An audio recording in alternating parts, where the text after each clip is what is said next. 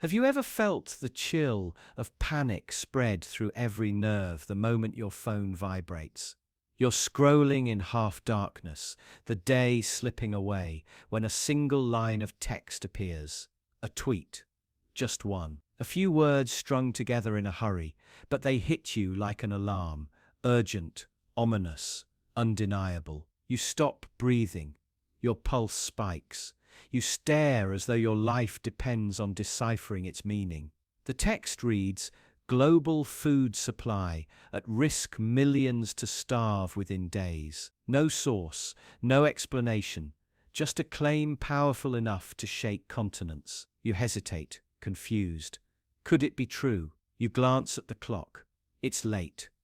But why does midnight matter when a crisis unfolds? You scroll for confirmation, but all you find are echoes, retweets, replies spawning panic and outrage. Some add grim details, others beg for help. You're drawn deeper into the swarm, part of the frenzy now. Fear is contagious.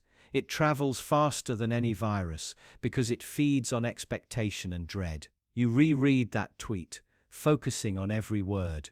Each syllable feels like a bomb countdown. You ask yourself, who benefits from this panic? Who gains from frightened masses? Yet your rational mind battles a more primal instinct. Survival. Nobody wants to be the only skeptic in a storm of alarm. Within minutes, hashtags explode. Hash food crisis morphs into hash starvation alert, and then hash world ends soon. Influencers pick up the thread, lifeless cattle bellowing doom from polished screens. News outlets sense engagement, gold.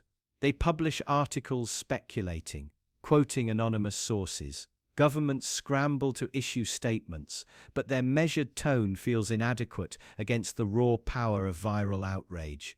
Each denial backfires, making the threat seem larger, more urgent. Silence becomes complicity. Your mind is an echo chamber. Every notification dings like a second pulse. You watch as friends repost, their profile pictures replaced by black squares and skull emojis. You feel pressure. Even if you think the claim is absurd, retweeting it makes you look compassionate. Silence brands you heartless, so you share it. Your thumb tapping send, and instantly you're a vector in this epidemic of fear. This is how an idea virus works. It doesn't need facts. It exploits the cracks in your psyche, uncertainty, curiosity, the need to be first. It hijacks your worst-case scenario brain, rewiring logic into hypervigilance. It loops you through a cycle of consumption and amplification until you're trapped, believing the impossible to be inevitable. And then the real world bends. Stocks plunge. Supermarket aisles empty as people hoard food. Elderly neighbors panic at quiet knockers on their doors. Global markets send tremors across time zones. Airports tighten cargo inspections. Relief agencies mobilize. All because a single tweet ignited a chain reaction that no institution, no expert could. What if a few simple words could slide into your mind like an uninvited virus, quietly rewriting the way you see everything? You pass a neon billboard flashing a slogan so catchy you barely register it, and yet those words burrow under your skin. You wake up, humming them without realizing why. A slogan isn't just a phrase. It's a Trojan horse designed to slip past your defenses and plant itself in the fertile ground of your beliefs. Before you know it, it has grown roots so deep you mistake it for your own conviction. A catchy slogan is the ultimate idea virus. It carries no weighty arguments or detailed evidence. It travels light, disguised as simplicity and clarity. Each repetition is an injection of intent, each glance a dose of persuasion. You think you're choosing it freely, but by the time the slogan loops through your social feed, your neighbor's conversation, and the jingle on your favorite show, it has already stitched itself into your unconscious. You're no longer debating it, you're living it. The magic happens because your brain loves shortcuts. Complex ideas require effort, reflection, nuance. A slogan condenses all that into a single bite-sized fragment. It bypasses reason and plugs directly into emotion. You feel pride, fear, belonging, or outrage before you even process the words. That rush of feeling is the hook. It locks the phrase in place and pushes everything else aside. Debate becomes unnecessary. Doubt becomes a betrayal. Every repetition reinforces the bond. Hearing a slogan once is curious. Hearing it 1,000 times is unavoidable. Your brain treats familiar words as true words. That's why advertisers pay millions for airtime. That's why political campaigns plaster highways and billboards with the same message on loop. They aren't selling you facts. They're selling you the familiarity of a belief. So ingrained it feels like common sense. Look at history's most infamous slogans. In Volk, in Reich, in Führer was more than a chant. It united a fractured nation under a ruthless ideology. It bypassed moral scruples by tapping into fear and belonging. It condensed genocide, propaganda, and complicity into 3 short phrases. Once those words lodged in people's minds, they shaped actions, silenced dissent, and obliterated nuance. A slogan hijacked an entire society. Commercial slogans wield similar power, albeit for lighter objectives. Just do it doesn't explain sports science or psychology. It doesn't pass the merits of running versus yoga. It simply demands action. It warps your self-image until every hesitation becomes a personal failure. Because you're worth it. Doesn't define worth. It insinuates that spending more on cosmetics equals self-respect. Suddenly, you're spending not because you need to, but because you've been convinced you deserve it, on someone else's terms. Even positive movements harness viral slogans. Black Lives Matter and Me Too condensed complex social struggles into succinct, potent declarations. Those words sparked conversations, protests, policy debates. They bypassed academic papers and legal briefs, delivering urgency and solidarity in an instant. But make no mistake, those viral slogans carried an infective quality. They rewired perceptions, aligned millions around shared pain and purpose, and shut out competing narratives. A phrase became a movement because it moved like a virus. In today's hyper-connected world, algorithms magnify the effect. Every like, share, and retweet amplifies the slogan's reach. The more engagement it earns, the more platforms reward it. Soon, your feed becomes a hall of mirrors reflecting the same words from every angle. You think you're seeing a consensus. Instead, you're trapped in an echo chamber of repetition, and every echo deepens the imprint. Once a slogan anchors itself in your psyche, your beliefs begin to orbit around it. You develop a filter that screens reality through its lens. News, conversations, art, they all must conform to the slogan's logic. Contradictory information feels dissonant. You reject it without analysis. Your identity melds with the phrase until questioning the slogan feels like questioning yourself. A piece of plastic billboard prose has made itself the core of your worldview. The most chilling aspect is how little resistance you muster. You convince yourself you're immune, I'm too smart for marketing. But intelligence is the very terrain a slogan explores. It skirts logical defenses and lodges itself in emotion, fear, or desire. You might dismantle complex arguments, but when a slogan sneaks past your guard, you don't notice until you're already parroting it. You believe it because you've heard it endlessly, not because it's true. At the end of the day, you're not a free thinker in the face of a slogan. You're a host for a contagious idea, engineered to spread. And every time you repeat it, you become its vector, infecting friends, family, and strangers. That's the genius of a catchy slogan. It doesn't just hijack your beliefs, it hijacks your voice. You carry the virus willingly, believing you're delivering wisdom. So ask yourself, whose agenda are you parroting when you utter that slogan, without thinking? Are you asserting your own convictions or propelling someone else's narrative? Every slogan you absorb, without scrutiny, is a piece of mental real estate ceded to another's will. The choice isn't whether to believe everything you hear, but which ideas deserve your mind's most precious resource, attention. Never forget, a slogan isn't harmless. It's a seed, and like any seed, it will grow into something real if given enough water and light. Your mind is the soil. Every repetition is rain. And before you know it, you're living inside the shadow of a slogan you never questioned, a belief you never examined, and a worldview you never chose. Up next, you'll discover how a single viral video can hijack not just our thoughts, but our very capacity for empathy, reshaping how we feel as a collective in an instant. As you unlock your phone, your thumb hovers over the icon for the latest viral video. You tap, and suddenly you're plunged into the eyes of a stranger halfway around the world. Your heart jolts as if you're standing in the same dusty alley. You feel her fear, her hope, her shame.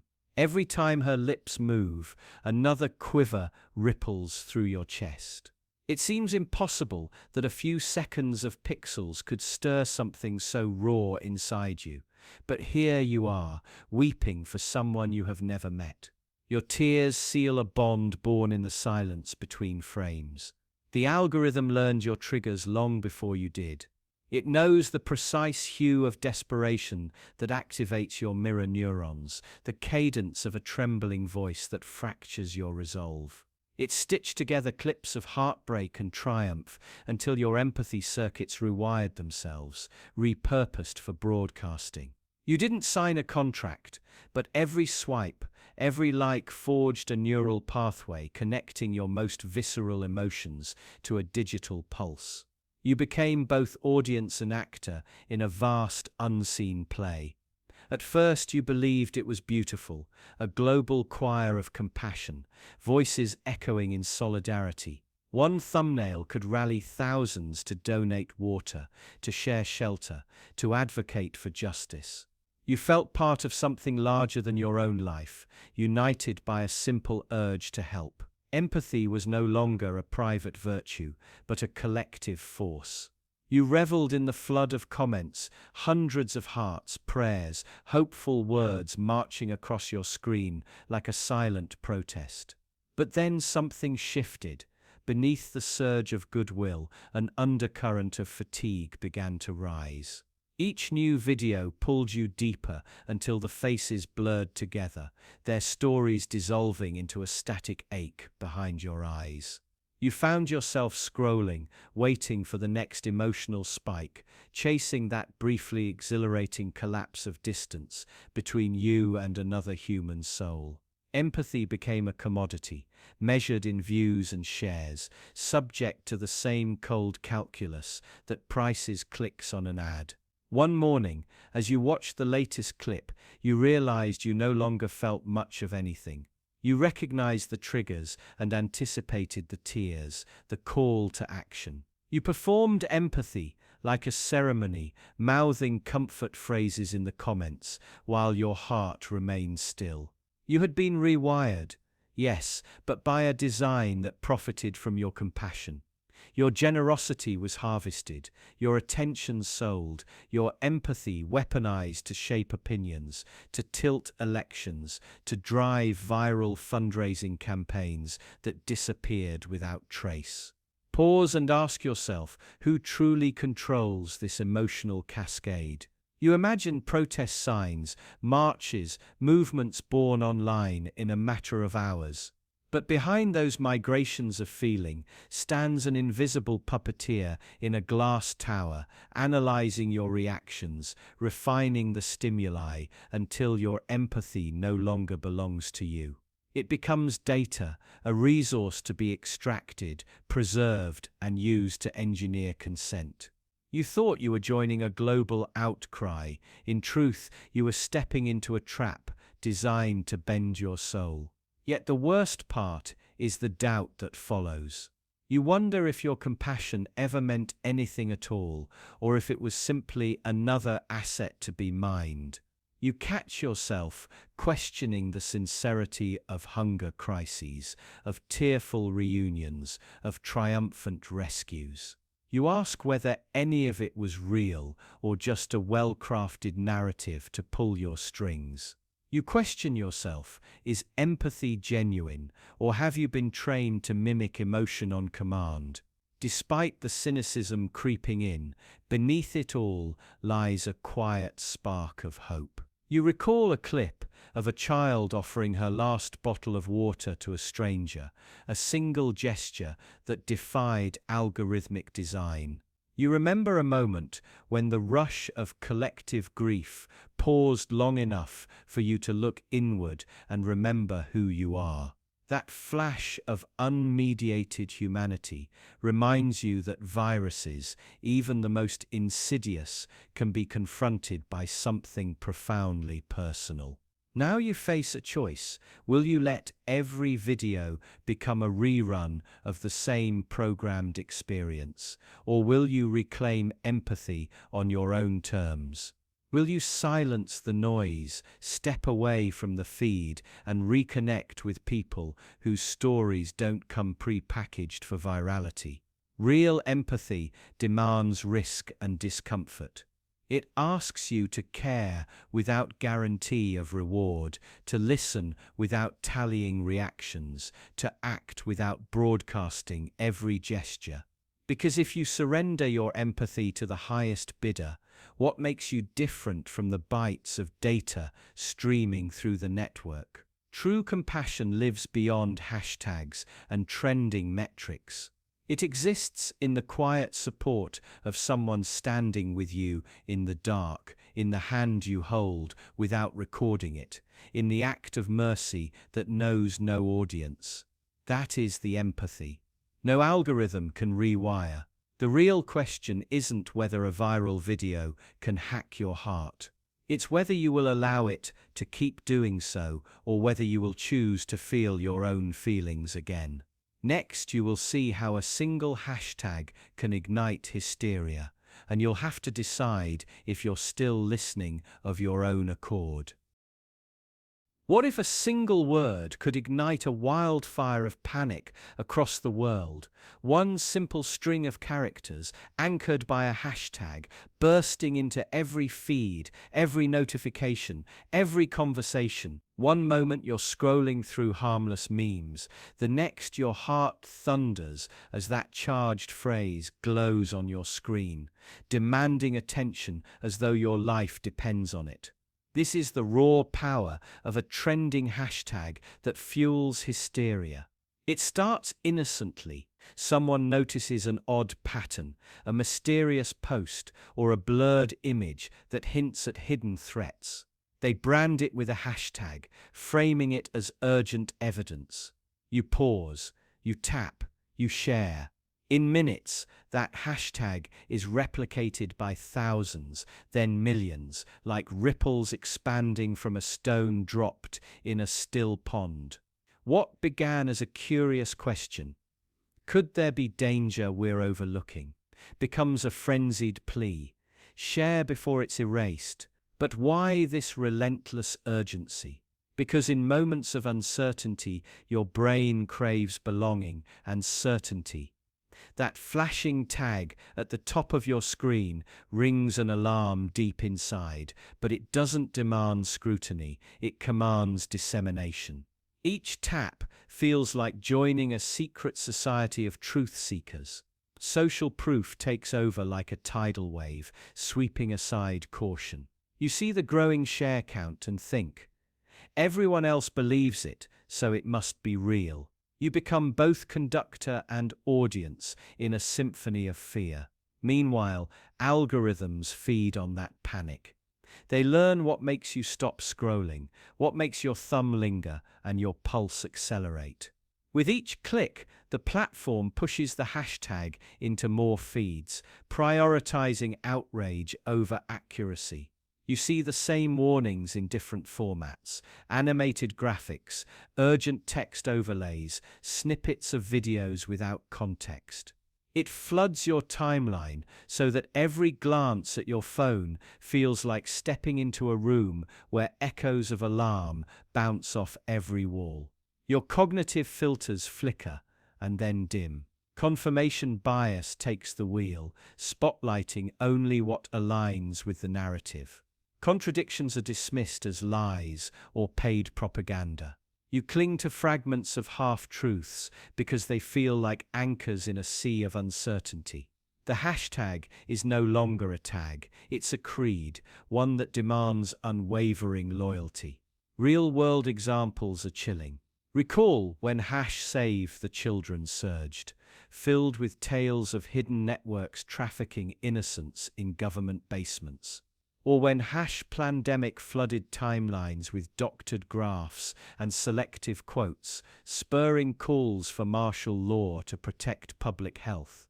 Entire families and careers were shattered as fear outpaced fact. People were harassed, reputations destroyed, and through it all, the hashtag marched onward, immune to reason. And it isn't just random social media users who fuel this fire. Coordinated actors and shadowy operatives have learned to weaponize hashtags like digital artillery. They craft narratives seeded with just enough plausibility to spark curiosity, deploy armies of bots to simulate grassroots support, then withdraw as human emotions take over. Their goal is not to inform or enlighten, but to fracture trust, sow division, and watch the chaos bloom. History repeats itself, though in a modern guise. Old moral panics over witchcraft or heresy saw neighbors turning on neighbors over whispered rumors. Today's unruly tribes are formed by hashtags, and the torches are notifications and retweets. The mechanism remains the same. Ignite fear, demonize the target, demand immediate action, then leave the community to grapple with the ruins. Your own emotional wiring amplifies the effect. A notification's ping feels like an urgent dispatch from the front lines. You drop your coffee cup, frozen for a moment, as adrenaline spikes. That chill down your spine propels you deeper into the narrative, scanning comment after comment for confirmation, for signs of danger. Sleepless nights follow, haunted by visions of societal collapse or hidden cabals pulling the strings. As the hysteria peaks, you clamor for solutions. Hashtags morph into petitions, demanding government inquiries. Petitions become calls for protest in city squares. Protests spiral into clashes with law enforcement. But the original evidence is buried beneath layers of sensationalism. Facts get lost in the uproar. Beyond the emotional turmoil, the aftermath inflicts tangible harm. Small businesses are boycotted overnight. Communities splinter under suspicion, and mental health crises intensify under the relentless tide of alarm. Well-intentioned people pour money into fraudulent relief funds, support networks fracture, and families crack apart over whose version of reality holds any merit. This collateral damage lingers long after the hashtag dims, and then just as suddenly as it exploded, the hashtag vanishes. Notifications fade, trending pages move on. But the seeds of doubt continue to sprout in private messages, fueling whispered conversations and deepening divides. The fear it sowed endures beneath the surface, patiently waiting for the next catchy phrase to awaken it. Your timeline thickens with sensational claims, each more shocking than the last. You grow desensitized, craving the next wave of panic. When you finally stumble upon a well-researched debunking, it barely registers. The emotional imprint of the rumor remains indelible. You've been primed to expect any given moment could be the calm before the next storm. Yet, all the while, the system is watching. Each share, each angry comment, each emotional reaction refines the model. The platform tailors your feed, honing in on your fears, your triggers, your points of outrage. It's a hall of mirrors designed to keep you enthralled, never questioning, always reacting. There is, however, a way to break the chain. Pause before you share. Lean into skepticism. Seek out original sources, even if they challenge your deepest anxieties. Embrace the discomfort of uncertainty. Real courage isn't measured in retweets or likes. It's found in the willingness to slow down, to weigh evidence over emotion, to resist the primal urge to spread alarm. Because when we finally see the pattern, the careless spark, the emotional contagion, the algorithmic amplification, the hashtag's power dwindles. It transforms from an inferno to a flicker. We reclaim our agency, trading reflexive outrage for thoughtful inquiry. And once enough of us do that, the cycle of hysteria can be broken. Notice how each notification shapes your reality. Recognize that around every corner lies another rushed verdict, masquerading as truth. Understand that a trending hashtag is not proof, but an invitation to question, to dig deeper, to refuse to be swept away. And just when you think the hashtag frenzy has reached its breaking point, your own algorithm will trap you in an echo chamber where extremism feels ordinary. Imagine sitting alone in the dark, phone screen glowing like a portal. You tap one innocuous video, then another. At first it's harmless, cute animals, funny sketches, music clips.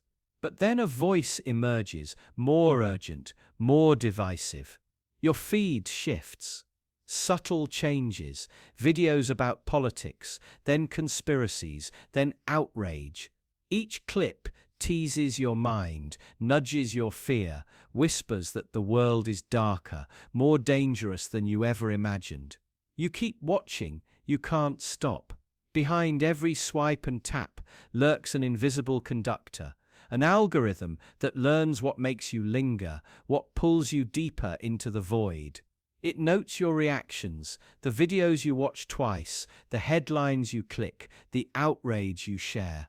It refines, tailoring content so precisely that resistance feels impossible. This digital echo chamber doesn't suggest opinions. It amplifies extremes. It turns fringe voices into mainstream narratives. Every recommendation edges you just enough toward the abyss that you don't even notice the descent. The eeriest part is how the chamber feels like home. You start to see your own reflections in the clips, your fears and biases mirrored back with more intensity. It's a hall of mirrors where every idea echoes your own thoughts, louder, more insistent. When you hear it repeated enough, you begin to believe it. This is how normalization works. Repetition until the bizarre seems normal, the dangerous feels familiar. Extremism becomes just another point of view, comfortably nestled among memes and music videos. Consider it like a frog in water, slowly heated to boiling. You don't feel the pain, you don't smell the steam. Before you realize it, you're swimming in an ocean of radical ideas, convinced they were always there. The transition feels like growth, not manipulation, a personal evolution. And because it happens incrementally, you never see the moment you cross the line. One click at a time, one share at a time, your worldview is rewired. Fear and anger are the algorithm's favorite fuels. They keep you clicking, commenting, sharing. Every time you feel that electric spark, a comment thread spiraling into outrage, a new conspiracy that demands to be unraveled, that spark rewards you with a surge of validation. The algorithm notices and floods you with more of the same. Your emotional adrenaline becomes the perfect commodity. You crave it, the algorithm delivers it, and the cycle spirals ever faster. Social validation amplifies the effect. You post a clip, friends engage, strangers react. You find community among like minds, reinforcing your new beliefs. Dissenters are silenced or driven away, labeled as naive or complicit. In this insulated world, disagreement becomes betrayal. The echo chamber demands loyalty. As your network shrinks to only those who agree, your beliefs go unchallenged, lined with the reassuring certainty of unanimity. Meanwhile, the real voices, the moderate voices, are drowned out by the roar of extremism. Algorithms reward what engages, not what enlightens. A heated argument or incendiary claim outperforms a nuanced debate every time. The more outrageous a video, the longer you watch it, the more it spreads. Complexity is penalized, subtlety is discarded. What remains is a feedback loop of ever more extreme content, each loop tightening its grip on your attention and your beliefs. Real-world consequences begin to surface. Conversations at the dinner table grow tense as you defend ideas you barely noticed before. Social media algorithms have real power. They have radicalized individuals, inspired acts of violence, and fueled division on a global scale. It's not just theory, it's happening now in communities everywhere. Extremist ideologies seep into minds once unprepared for their logic, convincing ordinary people to commit extraordinary acts. At its core, this algorithmic echo chamber is a master of cognitive biases. Confirmation bias flourishes as it serves up content that fits your existing views. The availability cascade makes fringe ideas feel credible because you see them everywhere. You begin to trust the algorithm's judgment more than your own. The raw data of your own curiosity is hijacked, rerouted toward extremes until you forget where critical thought began and where the machine's influence started. But your mind is not beyond rescue. Awareness is the first crack in the mirror. When you recognize that each recommendation is not a neutral suggestion but a strategic lure, you regain power. Pausing before you click, questioning why you feel drawn to a certain video, noticing the patterns in your feed, these small acts jar the system's control. Digital hygiene, mindful consumption, deliberate breaks from the screen. These are weapons against the normalization of extremism. The invisible puppet master may still pull the strings, but you can choose not to dance. You can seek out voices that challenge you, sources that value nuance over outrage, communities that don't thrive on fear. It's not easy. The echo chamber fights back with addictive content and endless scroll. But every time you resist the pull, you reclaim a bit of your autonomy, a fragment of your critical thinking that the algorithm sought to erase. In the end, recognizing this algorithmic echo chamber is not a call to deactivate your device forever. It's an invitation to see how easily your beliefs can be shaped when you surrender your attention. To question the narrative that seems inevitable, and to demand a more mindful way of engaging with information. Because if you don't take control, the chamber will take you, and before you know it, extremism will feel like common sense.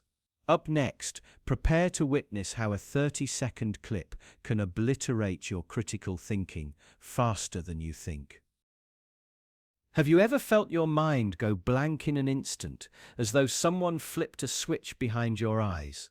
You watch a clip, barely 30 seconds long, and with each second your thoughts grow quieter, your doubts fade, your questions dissolve.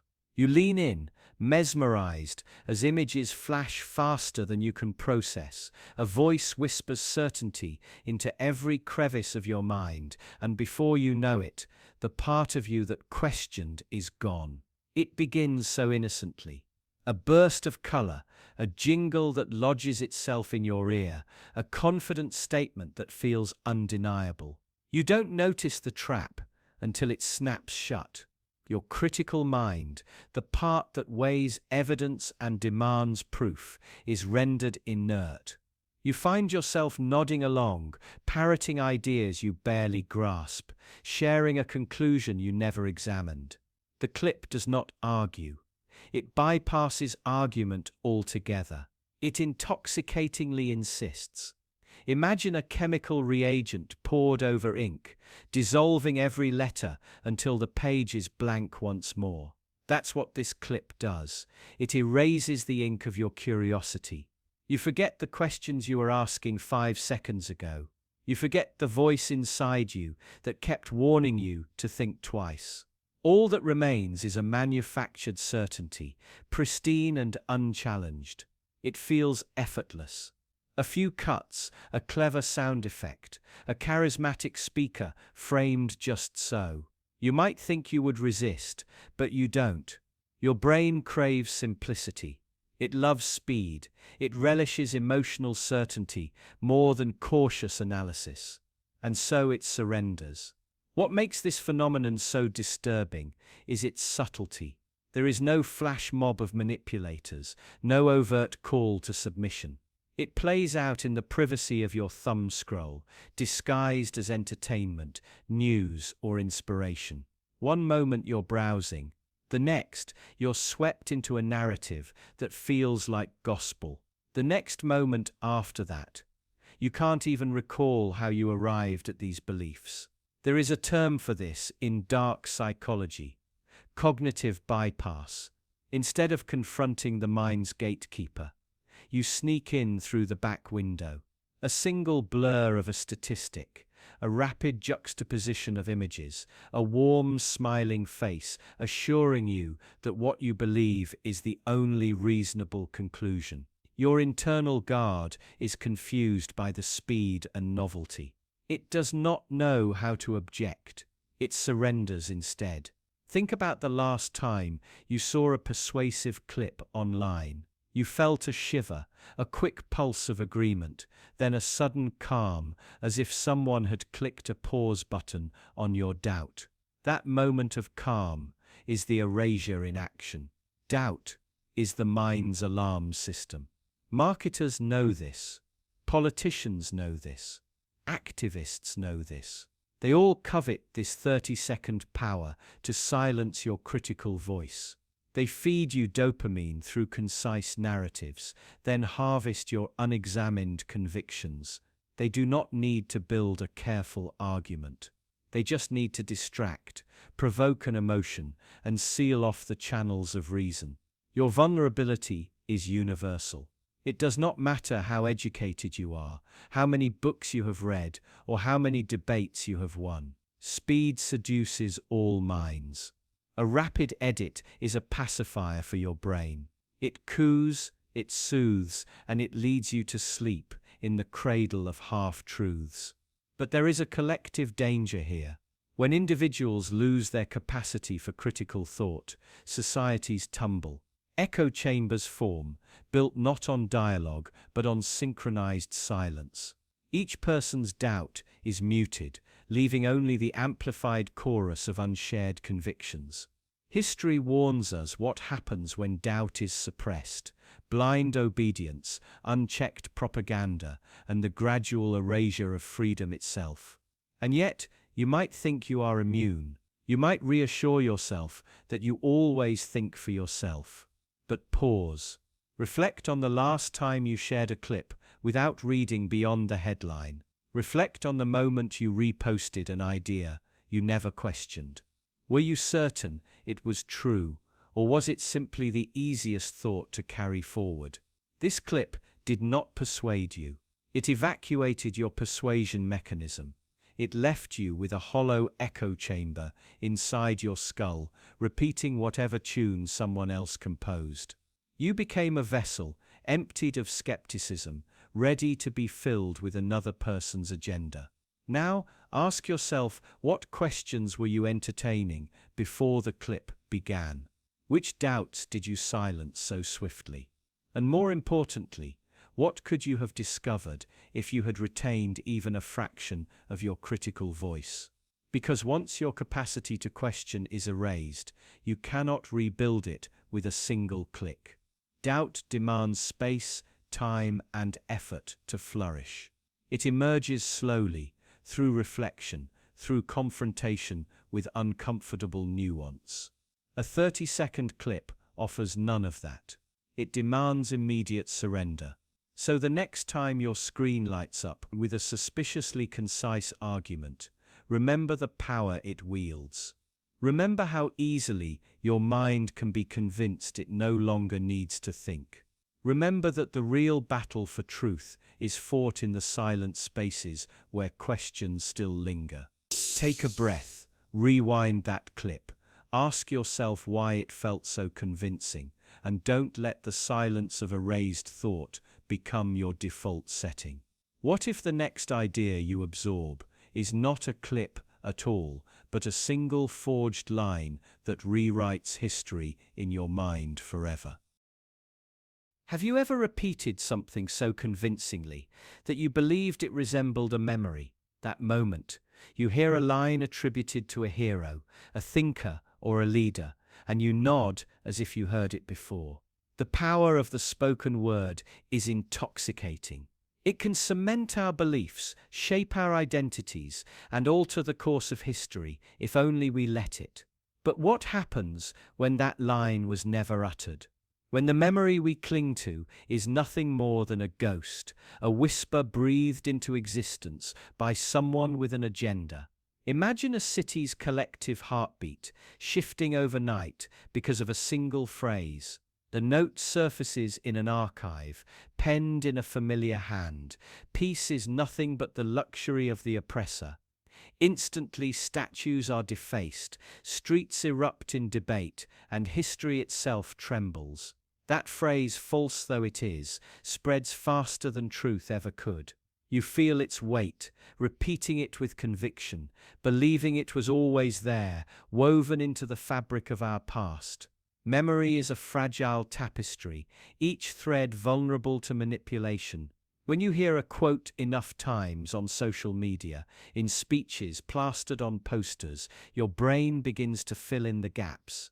You imagine the tone of voice, the rise and fall of emotion, even the applause that followed. Before long, you can almost see the speaker's lips forming the words. And that imagined moment becomes indistinguishable from the real one. Cognitive psychologists call this the misattribution effect. We assign false origins to genuine memories. You watched a documentary about the hero. You read an article that mentioned the phrase, somewhere in that blur, your mind merged fiction with fact. And now you carry that invented truth like a badge of honor. You defend it fiercely, certain that you're protecting the legacy of someone you admire.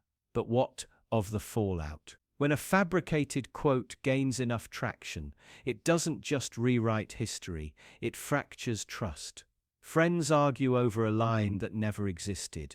Debates rage where no foundation stands. Entire movements awaken, fueled by a fiction so perfectly tailored that even the most skeptical minds hesitate. You start to question everything. If this can be false, what else have you accepted without proof? And there's the real danger. The architect of that lie can remain hidden. They watch as the quote takes on a life of its own, morphing, evolving, adapting to each retelling. They slip into the shadows while you and millions like you carry the torch of a memory you believe you created. Your conviction becomes their weapon, forging divisions, redefining heroes and villains on a whim.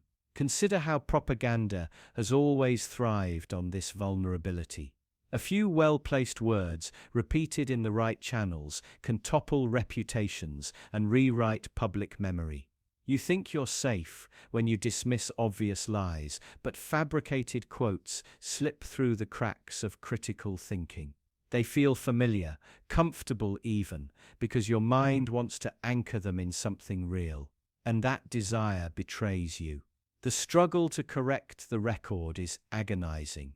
Scholars publish corrections, videos debunk the falsehood, and yet the quote persists. Each new denial only reinforces belief among those already convinced. Your brain resists the disruption of cognitive dissonance. It clings to the simpler narrative, the one that resonates emotionally, ignoring the painstaking work of fact-checkers. Truth seems fragile, memory robust and unforgiving. What does this reveal about us? That our grasp on reality is malleable, more influenced by repetition and suggestion than by evidence. That public memory can be engineered, sculpted with words that echo in collective minds long after the truth has faded. We trust our recollections to define who we are, but those recollections can be stolen, rewritten, and repurposed by voices we never hear. And so a single fabricated quote becomes a virus, infecting minds, reshaping beliefs, and rewriting history's narrative arc.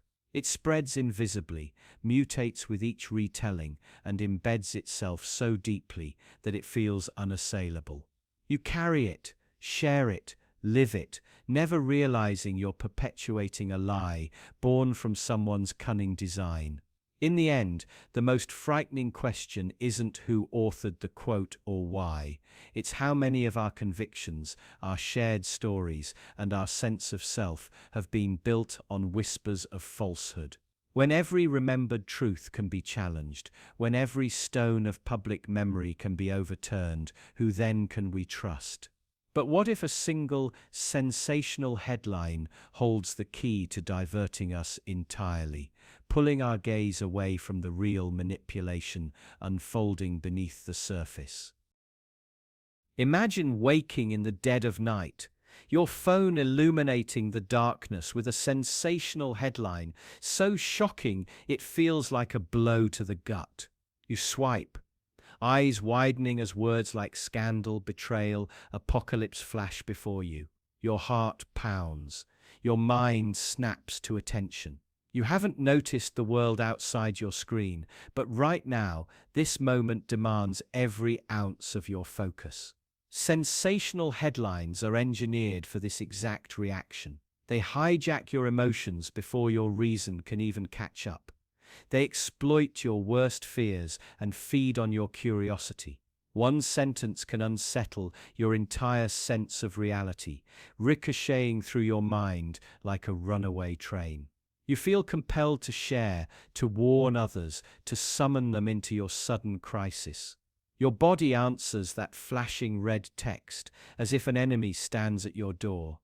Adrenaline surges through your veins, your chest tightens, senses sharpen to every detail. Cortisol floods your mind, drowning out calm thoughts. In that instant, reason is silenced and emotion reigns supreme. You're propelled by impulse, driven to act before your rational mind can protest. That's the power of a sensational headline. It hijacks not just your attention, but your very biology. Remember 2019, when a rumor about a mutated virus raced across social media, igniting panic and spawning conspiracy theories faster than health experts could respond. As you and millions shared dire warnings of patient zero, roaming your neighborhood, critical funding for hospitals was quietly slashed. Your collective alarm became a panic virus that thrived on sensationalism, drowning out the real crisis and leaving vital resources stranded in the shadows. Think back to the last time you were swept away by breaking news that overshadowed everything else. Perhaps it was a lurid celebrity scandal or a fabricated crisis that trended for days, drowning out stories of real suffering, real injustice. While you were glued to that glowing box, a wildfire burned unchecked in the forest. Families were displaced, and urgent pleas were silenced beneath the roar of outrage. Media outlets know this intimately. They are carnival barkers in a digital fairground, shouting the loudest, brightest, most grotesque stories to lure you in. They bait your attention with irresistible hooks, shock, fear, amusement, so you click, you watch, you share. They feed you endless detail until you're exhausted, then switch to the next spectacle, leaving you perpetually in chase, never pausing long enough to notice what's sliding away. Your brain is primed for this. Negativity bias makes bad news more memorable than good. Confirmation bias ensures you pay attention to headlines that echo your beliefs. The algorithms behind your feeds amplify the most extreme versions, convinced that anger and dread are the clicks you crave. And so your focus narrows, tunnel vision gripping your thoughts, ignoring everything inconvenient or less sensational. But you're not just a passive consumer, you're an active amplifier, a node in a sprawling network of distraction. Each time you share that headline, you fan the flames of collective attention. You become part of an echo chamber, shouting the same words until they become reality. Your outrage ripples outward, drawing more eyes, more clicks, more noise, until the original subject becomes submerged, lost in the torrent. Every click, every share, every second of your attention is traded like a stock. Advertising giants and data brokers measure your outrage in dollars, mining your emotional reactions to build detailed profiles. Engagement metrics become their currency, turning your indignation into profit. Behind the scenes, analytics bots fine-tune the next headline to trigger fear or rage more intensely. You aren't just consuming content, you are being harvested for your own emotional currency. Meanwhile, the urgent stories of climate collapse, systemic inequality, and human suffering slip beneath the threshold of your consciousness. You might glance at a headline here and there, but your emotional bandwidth is depleted. Compassion fatigue sets in. You become a jaded observer, numbing yourself with the thrill of sensationalism because genuine empathy feels too heavy to carry. Politics is no innocent bystander in this distraction theatre. Think back to when a celebrity scandal dominated every morning's headlines while a sweeping surveillance bill was passed at dawn. Your outrage was commandeered, your energy funneled into gossip chains, blind to policies reshaping your privacy and rights. The architects of legislation count on your collective fascination with sensation because a captivated public is a compliant public. And that, paradoxically, is the greatest trick of all. By luring you with spectacles of the surface, the masters of distraction divert your attention from the currents that truly shape your life. They dictate what matters, what doesn't, and when your mind is fixated on the latest outrage marathon, you stop questioning whose hand is guiding your gaze. But somewhere in that frenzied scroll, a small voice stirs, a hint of doubt, a flicker of resistance. You recall what you were supposed to care about before the noise began. You remember that truth, complexity, and quiet progress rarely make for clickable headlines. You sense that your power lies not in chasing the next scandal, but in choosing where to place your attention. Reclaiming focus isn't a grand act of heroism, it's a quiet refusal to play by the rules. It's turning off notifications, seeking depth over drama, and resisting the impulse to share every incendiary claim. It's finding stillness in a world screaming for your eyes. And in that stillness, you rediscover nuance, meaning, and the stories that deserve your time. Finally, imagine the moment when the carnival barkers fall silent and you look up from your screen. You realize how much you've missed, not because the world stopped turning, but because your attention was hijacked. You feel the weight of your own responsibility and the power of mindful focus. Because when you choose where to look, you choose what truly matters. And just when you think the noise has ended, a single haunting melody will slip beneath your skin, bending your focus without your awareness. Have you ever noticed how a simple melody, just a few notes, can burrow into your mind and refuse to leave? It starts innocently, a catchy hook, drifting through the speakers of a crowded store or seeping out of a phone in someone's pocket. At first, you barely register it, but then it loops, spinning quietly behind your thoughts until it becomes impossible to ignore. That jingle, so unobtrusive at first, transforms into an invisible chant running on repeat inside your skull. You catch yourself humming it in the shower, at the office, even in your dreams. It's no accident. Marketers craft these tunes with surgical precision, deploying frequency, rhythm, and surprise to tap into the brain's deepest reward circuits. They know exactly which sequence of sounds will flick the switch in your auditory cortex and trigger a dopamine surge. Repetition is the jingle's secret weapon.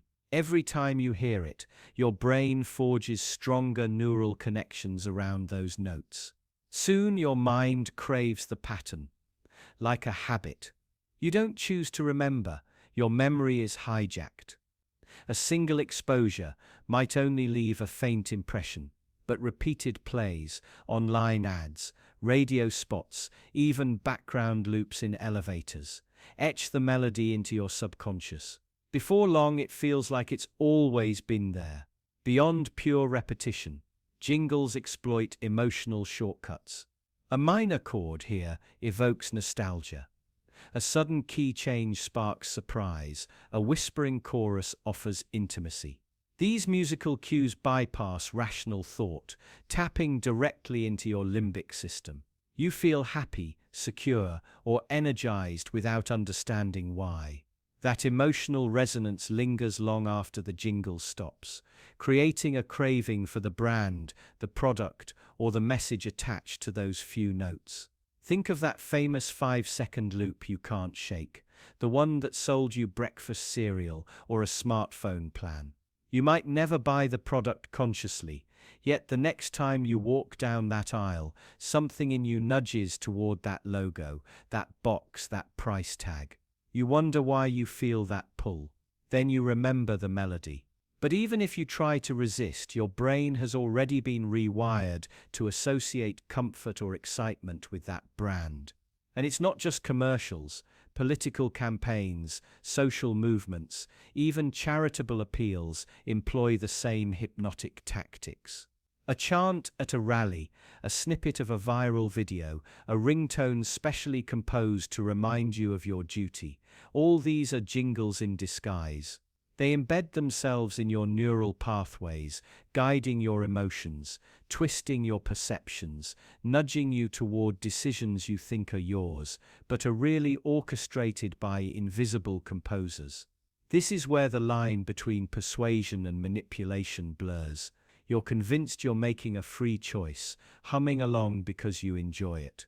But in truth, the jingle has already mapped your pleasure centers, linked them to a message, and set a trap for your decision-making process. Every time you replay that melody, you reinforce the pattern, deepening the jingle's grip on your behavior and beliefs. Imagine a tiny virus, invisible to the eye, that infects not your body, but your mind. It replicates as you hum it, spreads as you share it, mutates into parodies or remixes, and jumps from person to person in tweets and TikTok clips. Before anyone notices, millions carry the infection, each humming the same catchy tune. You might feel proud of your discovery or delighted by the clever variation, never realizing you're just a node in a vast network of mental contagion. Your autonomy unravels one note at a time. You think you're free to reject the jingle, but every attempt to silence it only amplifies it. The harder you resist, the louder it echoes in your head. It becomes a private torment, a loop of sound that refuses to release you until you give in and let it win. And winning means surrendering a fragment of your free will to whatever idea that jingle encodes. But awareness is power. The moment you recognize the jingle as a mental virus, you can begin to disrupt its loop. You can whistle a different tune, play another song, or simply refuse to engage. You can expose its cunning design and strip it of its mystery. Yet this resistance demands effort. It means interrupting your own thought patterns, refusing the easy comfort of familiar melodies, and accepting the strange silence that follows. In that silence, you might feel exposed, vulnerable, even anxious. But that discomfort is the price of reclaiming your mind. It's a crack in the jingle's armor, a moment of clarity where you see how easily your emotions, your habits, and your desires can be shaped by a handful of notes.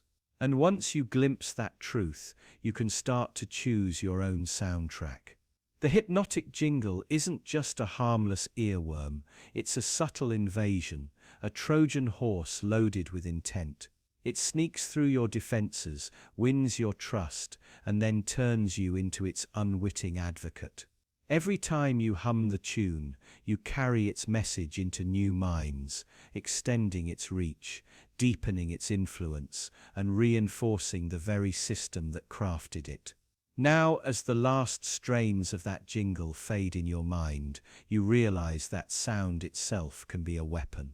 It can distract you from the puzzles of existence, lull you into complacency, and numb you to the urgency of real change. It binds you to consumer fantasies and political spectacles, leaving little room for genuine reflection or action. And that is the genius and the horror of the viral idea virus. And yet that's only the beginning of how these invisible hooks keep you tethered to distraction.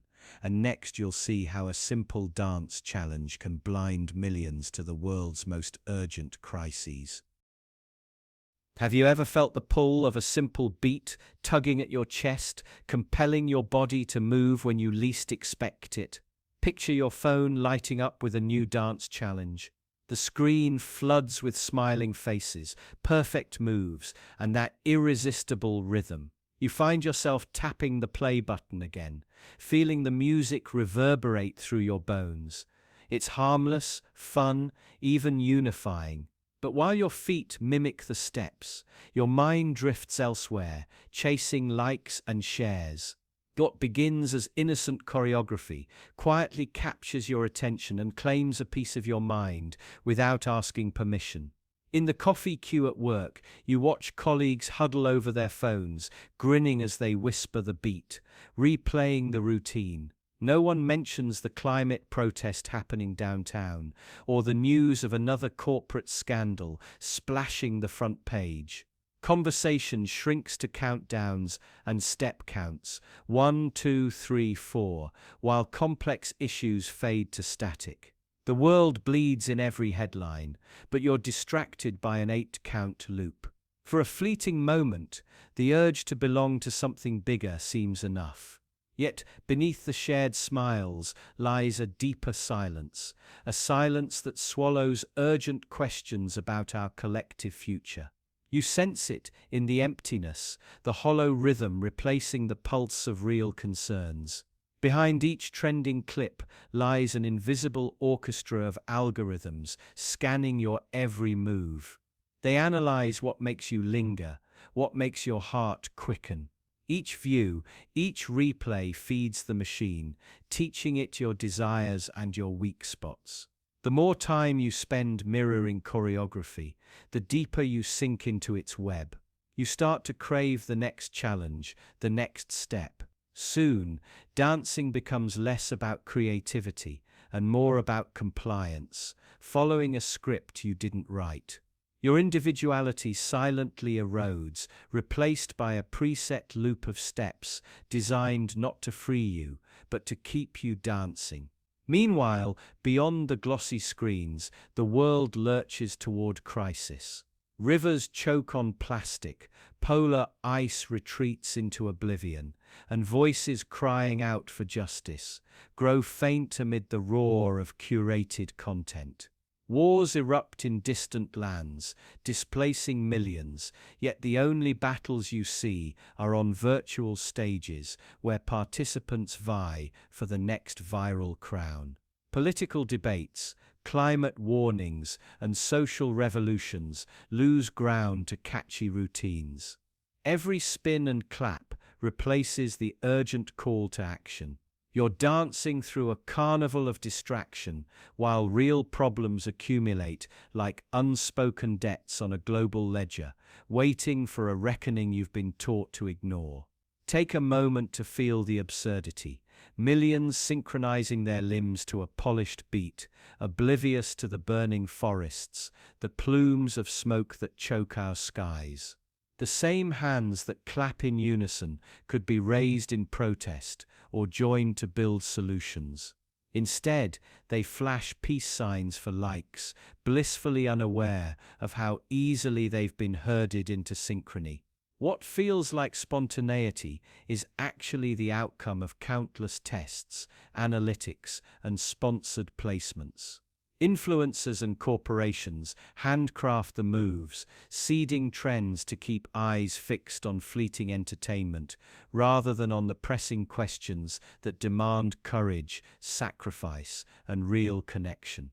This dance is a virus of attention, invisible yet potent, infecting screens and minds alike. It mutates with each reinterpretation. One day it's a gentle sway, the next it's a high-energy stomp, always adapting to your appetite for novelty. You share it because it promises joy and belonging, but each share is a microscopic transmission, further diluting your capacity for critical thought. As the trend spreads, your capacity for outrage shrinks. You laugh, you follow, you forget. And while you gyrate to the latest beat, the world's emergencies tick down like a countdown left unheard. Each beat of the song masking another missed alarm. You might believe participation is harmless, even empowering, an act of self-expression in a fractured landscape. But true empowerment requires awareness, not distraction. It demands that you question, resist, and redirect your energy toward meaningful change. Instead, this viral choreography channels your vitality into repetition, numbing the urge to challenge authority or demand accountability. Every step you take online becomes one less step toward protest, community action, or genuine solidarity. The algorithm doesn't care about your voice demanding reform. It only cares that you remain captivated. And once captivated, your attention is the currency fueling an economy built on your compliance, not your empowerment. Take a breath, feel the difference between moving for yourself and moving at someone else's direction. Breaking free doesn't mean rejecting joy or community. It means reclaiming the rhythm of your own heart, choosing steps that resonate with purpose. It means pausing before you tap the screen, asking what you might be overlooking, what truths you might be silencing. Real harmony arises when movement aligns with conviction, a march for justice, a march for climate action, a dance woven into protests and solidarity. When millions move together in defiance of suffering, dance becomes a force for change, not a seductive lullaby that lulls you back into passivity. The choice is yours: swallow the easy distraction or choreograph your own uprising. Recall the moment of flash mob, ignited hope in a city square, participants dancing to honor a lost cause. For a moment, movement became collective mourning and celebration, binding strangers in shared purpose. But that spark faded in hours, overtaken by the newest challenge promising fame and fortune. The urgency that propelled real change was replaced by choreography systems designed to amuse. When distraction outpaces action, the most potent movements dissolve into empty routines. Every viral step that dominates your feed could have been a step towards solidarity. Yet, instead you're caught in a loop of ephemeral rituals, each more dazzling than the last, urging you to move your body while your spirit remains grounded in inertia. Imagine waking tomorrow and realizing you've stood still despite endless motion online. The beat that once compelled you now echoes emptily.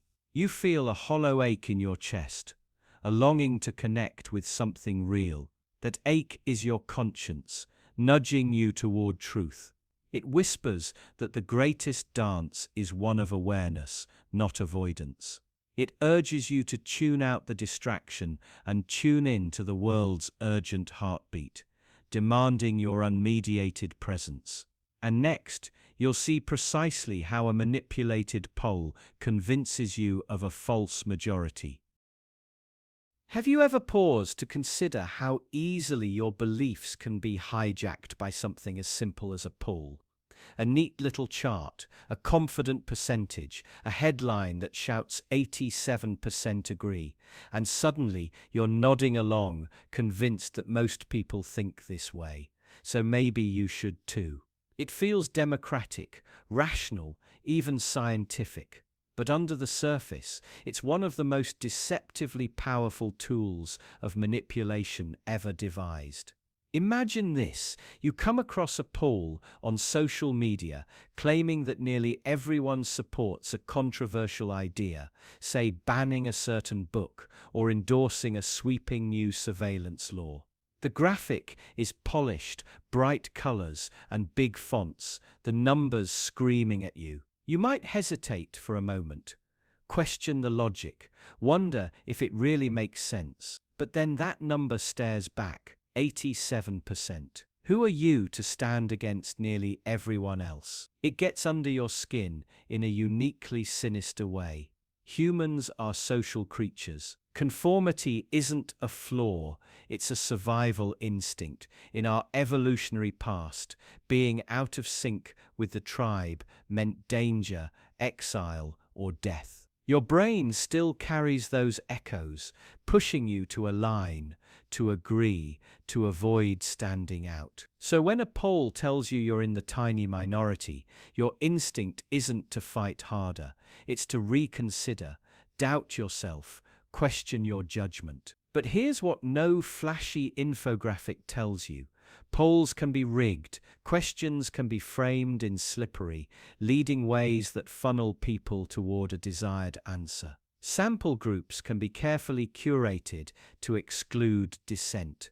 Results can be selectively published, cherry-picking the most convenient data while burying contradictory findings. Even outright fabrication is shockingly easy. Because who really double-checks these numbers? Who demands to see raw data, the methodology, the funding sources? And if you think major institutions are above this, think again. Political campaigns, corporations, advocacy groups, they all understand the dark psychology of the bandwagon effect. Show people that most others believe something, and they'll often follow suit, not because it's right, but because they fear being wrong alone. A well-timed poll, strategically promoted, doesn't just report public opinion, it manufactures it. The consequences of this are profound. You start to police your own thoughts. Maybe your instincts were telling you that policy sounded oppressive, that product seemed wasteful, that idea felt wrong. But then the poll rolls in, showing overwhelming support, and suddenly you question not the idea, but yourself. You tamp down your discomfort, file away your objections, slip quietly into the majority you've been told exists, whether it actually does or not. This technique is especially dangerous because it weaponizes your empathy and your yearning for social harmony. You don't want to be the unreasonable one, the stubborn holdout, making everything harder for everyone else. So you suppress your doubts, smooth over your concerns, and join the parade. It feels safer that way, more comfortable, less risky.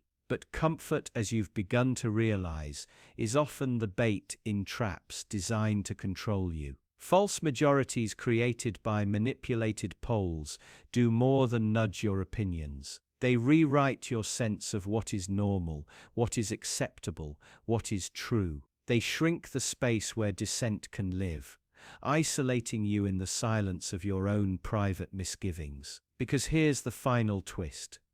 Once you believe everyone thinks differently than you do, you're far less likely to speak up. You muzzle yourself. You self-censor. And so the illusion of consensus grows even stronger, unchallenged, untested, solidifying into a new common sense that may have started as nothing more than a convenient fiction. So the next time you see a bold statistic announcing what most people believe, pause. Ask yourself who benefits if you accept this as fact. Who gains power, money, votes, or influence from you quietly falling in line? Because the truth is that a manipulated poll doesn't just change what you think, it changes who you become. It turns confident individuals into silent followers, independent minds, into echo chambers of manufactured consensus. Which leads us to something even more disturbing. What happens when it's not just numbers on a page, but images that look so real you doubt your own eyes? Because next we're stepping into a world where a single deep fake can warp your entire perception of reality.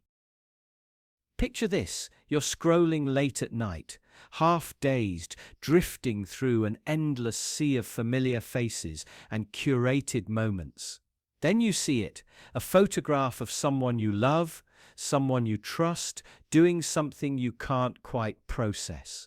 Maybe it's your partner, entwined with another. Maybe it's your best friend, caught in a cruel act. The details are vivid, the lighting perfect. Your gut twists, your heart races, your reality fractures. In seconds, you're drowning in betrayal, humiliation, rage. And here's the sinister part. It never happened. It's a deep fake, so flawlessly generated that even your most careful scrutiny can't unravel the illusion. But your mind doesn't care. It believes. It reacts. It suffers. Deep fakes are not just clever manipulations of pixels, they're intrusions into your psyche. They hack the primal trust your brain places in images. Since birth, you've relied on seeing to confirm truth. A glowing sun means day. A snarling dog means danger. A smiling lover means safety. Your eyes don't question, they simply report, and your mind builds reality from there. Now imagine technology that knows exactly how to hijack this process. A deep fake slips past your logical defenses, nestles into the instinctive part of your brain that equates seeing with believing, and rewires your sense of truth before you have a chance to protest. Because your entire sense of the world is scaffolded on perception. You don't question every shadow, every glance, every expression. Your mind would break under that strain. So it trusts, effortlessly, habitually. Deep fakes exploit this trust. They don't just show you falsehoods, they implant them. They leave emotional residue that lingers long after your rational mind catches up. You might learn the video was fake, but the echo of betrayal, the sting of jealousy, the rush of fear, those stay. You still feel them in your chest, in the tightening of your throat, in the sleepless hours replaying something that never was. Think about how that changes relationships. How a fabricated kiss or cruel sneer, perfectly crafted by malicious hands, could infect your bond with another person. Not because it's true, but because it feels true. You start to look differently at them. You notice tiny flaws in their alibis, strange shifts in their tone. Your mind builds stories to reconcile the pain. The deep fake becomes a splinter, lodged deep, festering. Trust, so hard to build, so easy to shatter, crumbles under the weight of a lie painted with photorealistic precision. Worse yet, it's not limited to personal betrayals. Imagine entire populations shown expertly, forged footage of political figures confessing to crimes, or soldiers committing atrocities, or neighbors planning violence. Outrage, fear, hatred, these surge long before fact-checkers can intervene. And by then, it's too late. The seed is planted. Mistrust grows like mold, spreading through communities, splitting families, fracturing societies. Deepfakes don't just rewrite what you believe, they fracture your ability to believe at all. They poison the very concept of shared reality. Because what happens when you can't trust anything you see? When every photo, every video, every supposedly candid moment might be a calculated fiction, you retreat inward, you become paranoid, isolated, suspicious. Or worse, you stop caring. You start to live in a world where truth is simply whatever feels most convenient, most comforting, or most aligned with your existing biases. And then reality itself becomes up for auction to the highest bidder, to whoever wields the most sophisticated algorithms and the deepest pockets. This is why deep fakes aren't just technological curiosities or amusing internet tricks. They are psychological weapons. They turn your own senses against you. They carve tunnels through your rational mind and pour lies directly into your emotional core. And long after the file is deleted, long after the hoax is exposed, the damage remains. Your memories stain, your perceptions warp, your certainty shivers and cracks. Because reality, once questioned at this fundamental level, never feels quite as solid again. And yet, if a fake image can so easily hijack your reality, what does that say about the fragility of your mind? About the terrifying ease with which someone can reach inside your head and rearrange your beliefs, your fears, your very sense of what is and isn't real. Hold on to that unsettling thought, because next we're going to explore how something as small and harmless as a colorful little emoji can ripple through your mind and trigger a tidal wave of anxiety. You're scrolling through your phone late at night, already half aware that your mind is fragile from fatigue. You spot a simple emoji reaction on a post you care about, just a laughing face, or maybe a dismissive thumbs up, and suddenly your stomach tightens. Your heart gives a subtle, panicked flutter. It's absurd, right? Just a tiny digital glyph, barely a flicker of color on your screen, yet it sends a cold wave through your body. Why? Because deep down, your brain is wired to take symbols seriously. That little emoji carries meaning your primitive mind can't ignore. It's social feedback compressed into a tiny icon. It's tribal acceptance or rejection coded in pixels. And in this modern village we call the internet, approval is survival, disapproval, even hinted at, feels like exile. Now you're caught in a spiral. Your mind races with interpretations. Are they mocking me? Was that passive-aggressive? Did I say something wrong? You replay your comment or post over and over, hunting for a mistake. That tiny laugh emoji suddenly feels enormous, towering over your confidence, dwarfing your self-worth. A simple icon, but it whispers insidiously, you don't belong. Ever notice how quickly your thoughts latch onto the worst-case scenario? It's not rational, but it is natural. Your ancestors relied on hypervigilance to avoid real dangers.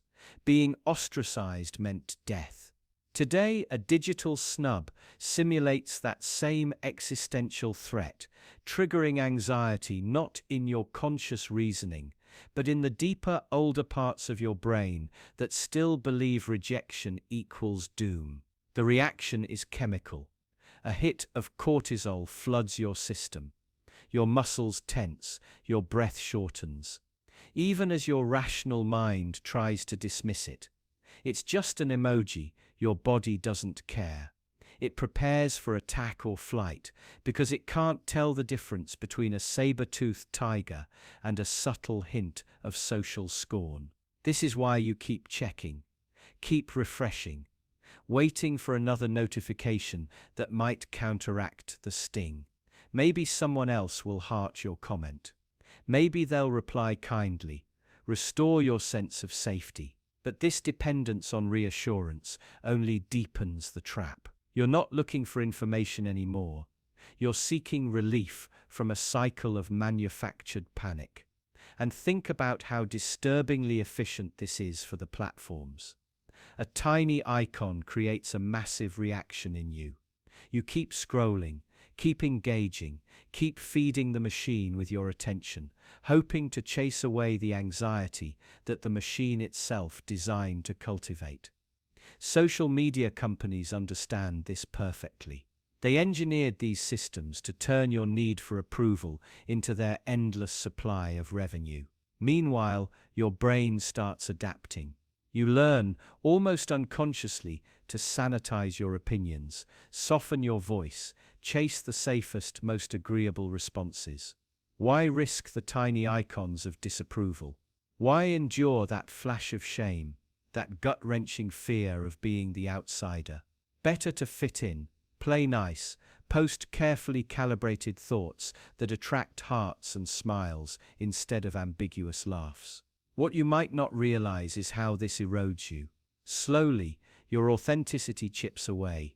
Your thoughts become less bold, your voice more cautious. You're not just reacting to emojis, you're reshaping yourself to avoid them. The fear of rejection doesn't just live in your notifications, it starts living in your personality.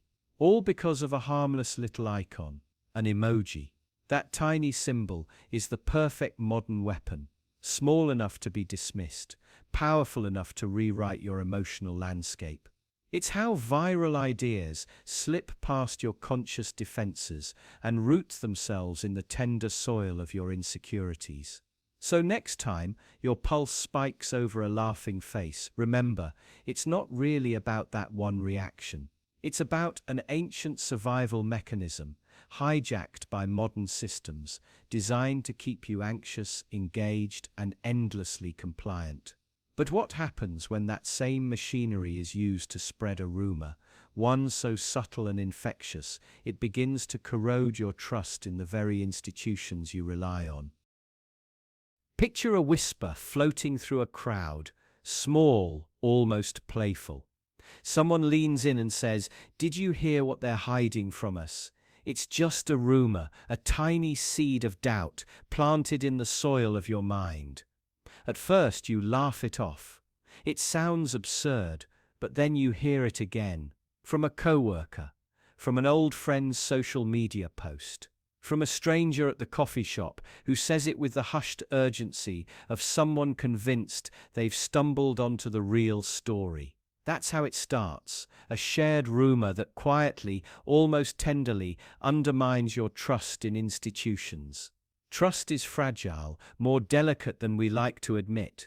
You think it's built on logic, evidence, and years of proven reliability. But trust is more like a spider's web, intricate, elegant, and shockingly easy to tear. A single rumor can snap a thread. A dozen rumors can leave the entire web in tatters. And the most sinister part, it doesn't even matter if the rumor is true. It only matters that it's repeated. Familiarity alone breeds credibility. The more you hear it, the more it starts to sound like common sense. Imagine a small town where someone starts a whisper that the local water supply is contaminated. Not proven, not even investigated, just quietly suggested. Overnight, people begin buying bottled water, avoiding restaurants, glaring suspiciously at the mayor. The water might be perfectly safe, but now the town is infected by uncertainty. That single rumor becomes a virus, replicating in conversation after conversation, hijacking minds, rewriting perceptions. Soon, officials scramble to issue reassurances, but it's too late. Once trust is fractured, no official statement, no expert analysis feels sufficient. The doubt becomes self-sustaining. This isn't just a hypothetical scenario. It's how societies unravel. A shared rumor, whether about elections being rigged, vaccines being poisoned, banks teetering on collapse, pries open tiny cracks in collective faith. Those cracks widen with every retelling, and each retelling feels intimate, more powerful than any press release. A friend says it, and you trust your friend. A neighbor repeats it, and you think, well, they wouldn't lie. The rumor doesn't need facts, it only needs friends. The communal nature of gossip gives it weight that official sources can't compete with. And institutions, whether governments, hospitals, or financial systems, are built on a simple but profound contract that most people will believe in them. Not because they're flawless, but because some shared faith holds society together. The courts only function if people believe justice matters. The banks only stand if people trust their money. We'll still be there tomorrow. The hospitals only operate if patients believe treatments are real and doctors are trying to heal, not harm. A shared rumor is a scalpel that slices through that contract. Why is this so dangerous? Because the power of a rumor isn't in its content. It's in its contagiousness. It spreads faster than corrections ever could. By the time an institution responds, by the time it marshals data, crafts statements, holds press conferences, the rumor has already metastasized. And even if completely disproven, a shadow lingers. People think, but what if? That question is a poison. It turns trust into suspicion, cooperation into division. And here's the dark irony. When institutions realize rumors threaten them, they often react by tightening control, becoming more opaque, more defensive. They clamp down on information, hoping to stop the spread. But this only feeds the rumor. People think, see, they're hiding something. Why else would they be so secretive? The institution's attempts to restore faith accidentally confirm the doubt. It's a tragic, self-fulfilling loop. So when you hear that casual, almost playful whisper, hey, did you hear what they're not telling us? Realize it's not harmless. It's a tiny dagger aimed at the heart of trust. And trust, once pierced, bleeds slowly, staining everything it touches. But if you think a shared rumor is powerful, wait until you see what happens when a micro-influencer whispers directly into the collective ear, subtly steering entire groups without them ever realizing they're being led. Picture a small gathering, an intimate dinner party, a cozy book club, maybe a casual team meeting at work. There's laughter, light conversation, shared glances over steaming cups. At first glance, everything feels organic, spontaneous. But pay closer attention. Notice the one person who seems just a little more animated than the rest. Their tone brims with playful certainty, their expressions sharpen reactions, and their stories carefully chosen, pulse with subtle authority. This is your micro-influencer, not a celebrity, not a viral star, just someone modestly persuasive, skillful enough to seed ideas that blossom into collective behavior. It starts small, a raised eyebrow, a knowing smirk, a well-placed anecdote about how absurd it is to recycle obsessively, or how overpriced therapy seems for people who should just get over it. A gentle wave of laughter follows, and you chuckle too, partly because it's funny, partly because you want to stay in step with the room. It doesn't feel like you're changing your mind, it feels like you're joining in. That's the trap. Micro-influencers operate on intimacy. Unlike distant celebrities, their power comes from proximity. You know them personally, your trust is automatic. Their opinions sneak past your mental defenses because they're delivered not through billboards or hashtags, but through warm eye contact and casual inside jokes. You start adjusting without realizing it. You defer to their tastes in restaurants. You echo their mild disdain for certain people. You adopt their cautious optimism or casual cynicism like it was yours all along. Notice how it spreads. A few days later, you're recounting the same story they told, even mimicking their tone. You find yourself dismissing ideas they once subtly ridiculed or repeating casual judgments you never formed on your own. It's an infection, slow, soft, almost comforting. A whisper that steers your internal compass until you can't quite recall where it originally pointed. This isn't some grand conspiracy. Most micro-influencers aren't even conscious of their role. They're just people with slightly more conviction, slightly sharper delivery, slightly keener instincts on what to highlight or mock. They don't force ideas, they simply make them appealing. You adopt these ideas because doing so feels pleasant, communal, natural, and soon the group starts orbiting around this quiet nucleus of influence. Why does this matter? Because groups are fragile ecosystems held together by unspoken agreements. The micro-influencer becomes the gardener of these agreements. They decide which behaviors bloom and which wither. If they scoff at earnest vulnerability, the group grows more guarded. If they relish petty gossip, the group starts to thrive on it. Their gentle cues dictate what's rewarded with laughter, what earns approving nods, what gets subtly iced out. Without ever raising their voice, they teach everyone how to behave. This is how small ideas scale. From dinner parties to office cultures to entire online communities. A single micro-influencer can normalize skepticism towards serious causes, make cruelty fashionable, or reduce thoughtful debate to shallow snark. The group follows, reshaping its norms, not by collective reasoning, but by gentle gravitational pull. What's scary is how invisible this process feels when you're inside it. You don't experience yourself as manipulated, you just feel like you belong. Now imagine dozens of these micro-influencers scattered across thousands of dinner tables and Slack channels, each one slightly altering the collective DNA. Their reach is local, but their cumulative effect is massive. They build trends, fortify biases, accelerate polarization, all without anyone ever standing on a stage shouting orders. They whisper, and entire networks bend. So next time you find yourself laughing along, nodding reflexively, or dismissing a view you once held dear, pause.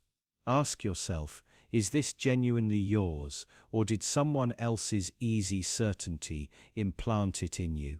Are you following an idea because you believe it, or because you're socialized to keep the harmony of the hive?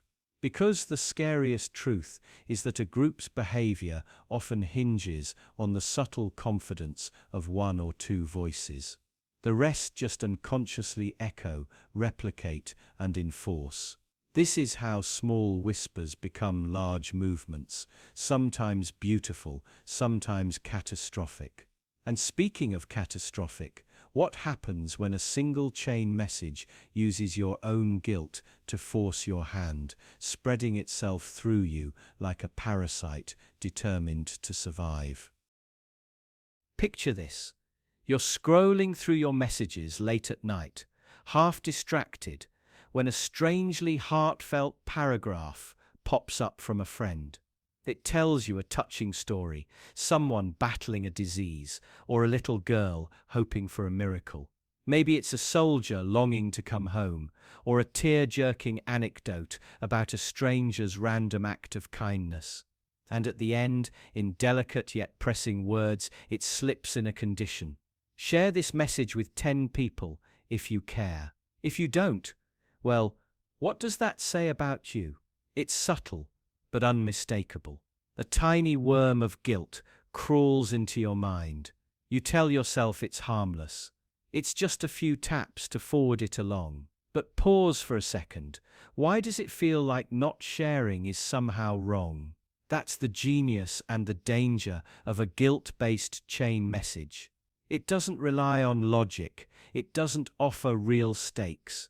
It weaponizes your empathy.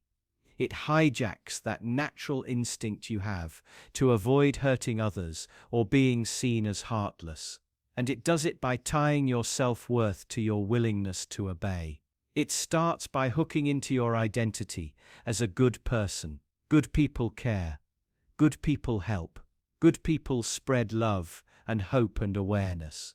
If you don't pass it on, the message implies, sometimes outright says, maybe you aren't as good as you think. Maybe you're selfish, cold, indifferent to suffering. Suddenly, it's no longer just a silly chain letter. It's a moral test, a referendum on your character. And you're the only one who can cast the deciding vote. What makes this so powerful is that it's nearly costless to comply. Sharing a message takes seconds, so your brain quickly does the emotional math. If sending it saves me guilt and preserves my self-image, why not just do it? Meanwhile, not sending it feels disproportionately heavy. It lingers in your mind, whispering doubts. Are you really the kind of person who ignores pleas for help? It's manipulative psychology at its simplest light, a fuse of guilt and watch it burn until compliance. But there's a darker side, more sinister than just being tricked into pressing share. Each time you give in, you reinforce a psychological loop. You teach yourself that discomfort must be alleviated immediately, that guilt should always be erased, even if it means acting without thinking critically. Over time, this chips away at your mental defenses, leaving you more susceptible to other forms of manipulation, ones with far steeper costs than just clogging inboxes. Chain messages like these also exploit a deeper social fear, exclusion. Humans are tribal creatures. We desperately want to belong, to be perceived as caring, loyal members of our group. The moment a message ties your worth to an act of sharing, it forges a link between inclusion and participation. Fail to forward it, and maybe you're signaling to your community, your friends, your family, that you don't care as much as they do. That's why these messages spread so efficiently. They turn your very social instincts against you. And ironically, by trying to avoid guilt or appear compassionate, you end up contributing to a cycle that cheapens real empathy. Because most of these messages don't actually help anyone. They're rarely tied to legitimate causes. They're designed to replicate themselves, like a virus, hopping from one host to the next by infecting feelings of shame and moral obligation. Each time you hit send, you're not championing kindness, you're fueling a psychological trick, one that profits from your discomfort. Ask yourself this: would you feel just as compelled if the message didn't include a subtle threat to your conscience? Would you share it purely on the strength of its story, or does the implied judgment drive your hand? That's the uncomfortable question. Guilt-based chain messages force upon you. They reveal just how easily your moral wiring can be hacked, your compassion transformed into compliance through nothing more than carefully chosen words. And it doesn't stop here, because there's another tactic waiting in the shadows, something even more cunning. What happens when manipulation doesn't prey on your guilt, but hides behind a mask of credibility? What if the next message you see isn't asking you to share out of guilt at all, but simply looks like the news? What if the story you trust, on your phone, in your feed, or quietly delivered by the evening anchor, wasn't a story at all, but an ad dressed up in the borrowed costume of truth? Picture this. A breaking news segment flashes across your screen. Polished graphics, somber voices, carefully selected images that stir empathy or outrage. It feels urgent. It feels necessary. But buried beneath the headlines and statistics is something else. An agenda meticulously engineered, paid for by someone whose face you'll never see. We like to imagine news is sacred, that it stands apart from influence, from the grubby stain of commercial interests. But the lines have blurred so completely, so cleverly, that sometimes even seasoned skeptics can't tell where journalism ends and marketing begins. It's not always the blatant 30-second commercial wedged between reports. Sometimes it's far more insidious. A segment sponsored by a corporation, subtly tilting coverage in favor of a product, a policy, or a worldview. The anchor doesn't disclose the deal. The article doesn't carry a warning label. Instead, it cloaks itself in credibility, slipping past your defenses. Think of how effortlessly it works. A pharmaceutical giant funds a series of public health stories on major networks, stories that just happen to highlight conditions treatable by their latest drug. A tech company under fire for privacy violations quietly sponsors investigative reports about cybercrime, deflecting blame, rewriting the narrative, framing themselves as protectors. You consume these stories believing you're informed, vigilant, a responsible citizen. Meanwhile, the sponsor smiles. Their message was delivered not as an advertisement you could ignore, but as truth you'd swallow whole. Now look closer at your own habits. You scroll social media, seeing clips labeled must watch, shocking revelations, or exclusive reports. Many are created or amplified by marketing firms posing as grassroots movements. They plant the story, inflate it with bots and influencers, and by the time it reaches you, it feels organic, like a genuine conversation you just happened to stumble into. You accept it more readily because it wasn't packaged like a typical ad. It was sneaky, friendly, familiar. The sinister brilliance of these masked advertisements is they hijack trust. News is supposed to be vetted, verified, painstakingly built from fact. An ad, by contrast, is an open attempt to sway you. But what happens when the two merge? When an ad masquerades as news, it doesn't just sell you a product. It sells you a worldview, a hierarchy of concerns, a carefully crafted reality that benefits someone else. You begin to prioritize what they want you to prioritize, fear what they want you to fear, support what they want you to support. And because it was wrapped in the authority of journalism, you might never even question it. The deeper horror is how normal this has become. Entire media empires sustain themselves on native advertising, content that looks like journalism but is paid for by sponsors. They count on your laziness, your fatigue, your eagerness to be informed without doing the exhausting work of scrutiny. They exploit the halo effect of legitimate reporting to slide their influence into your mind unchallenged. And if you ever do catch on, they're ready for that too. They'll release a statement, issue a quiet correction buried on page 30, assure you they value integrity. But the damage is already done. You've internalized the message. You've reshaped your beliefs. You might even defend them.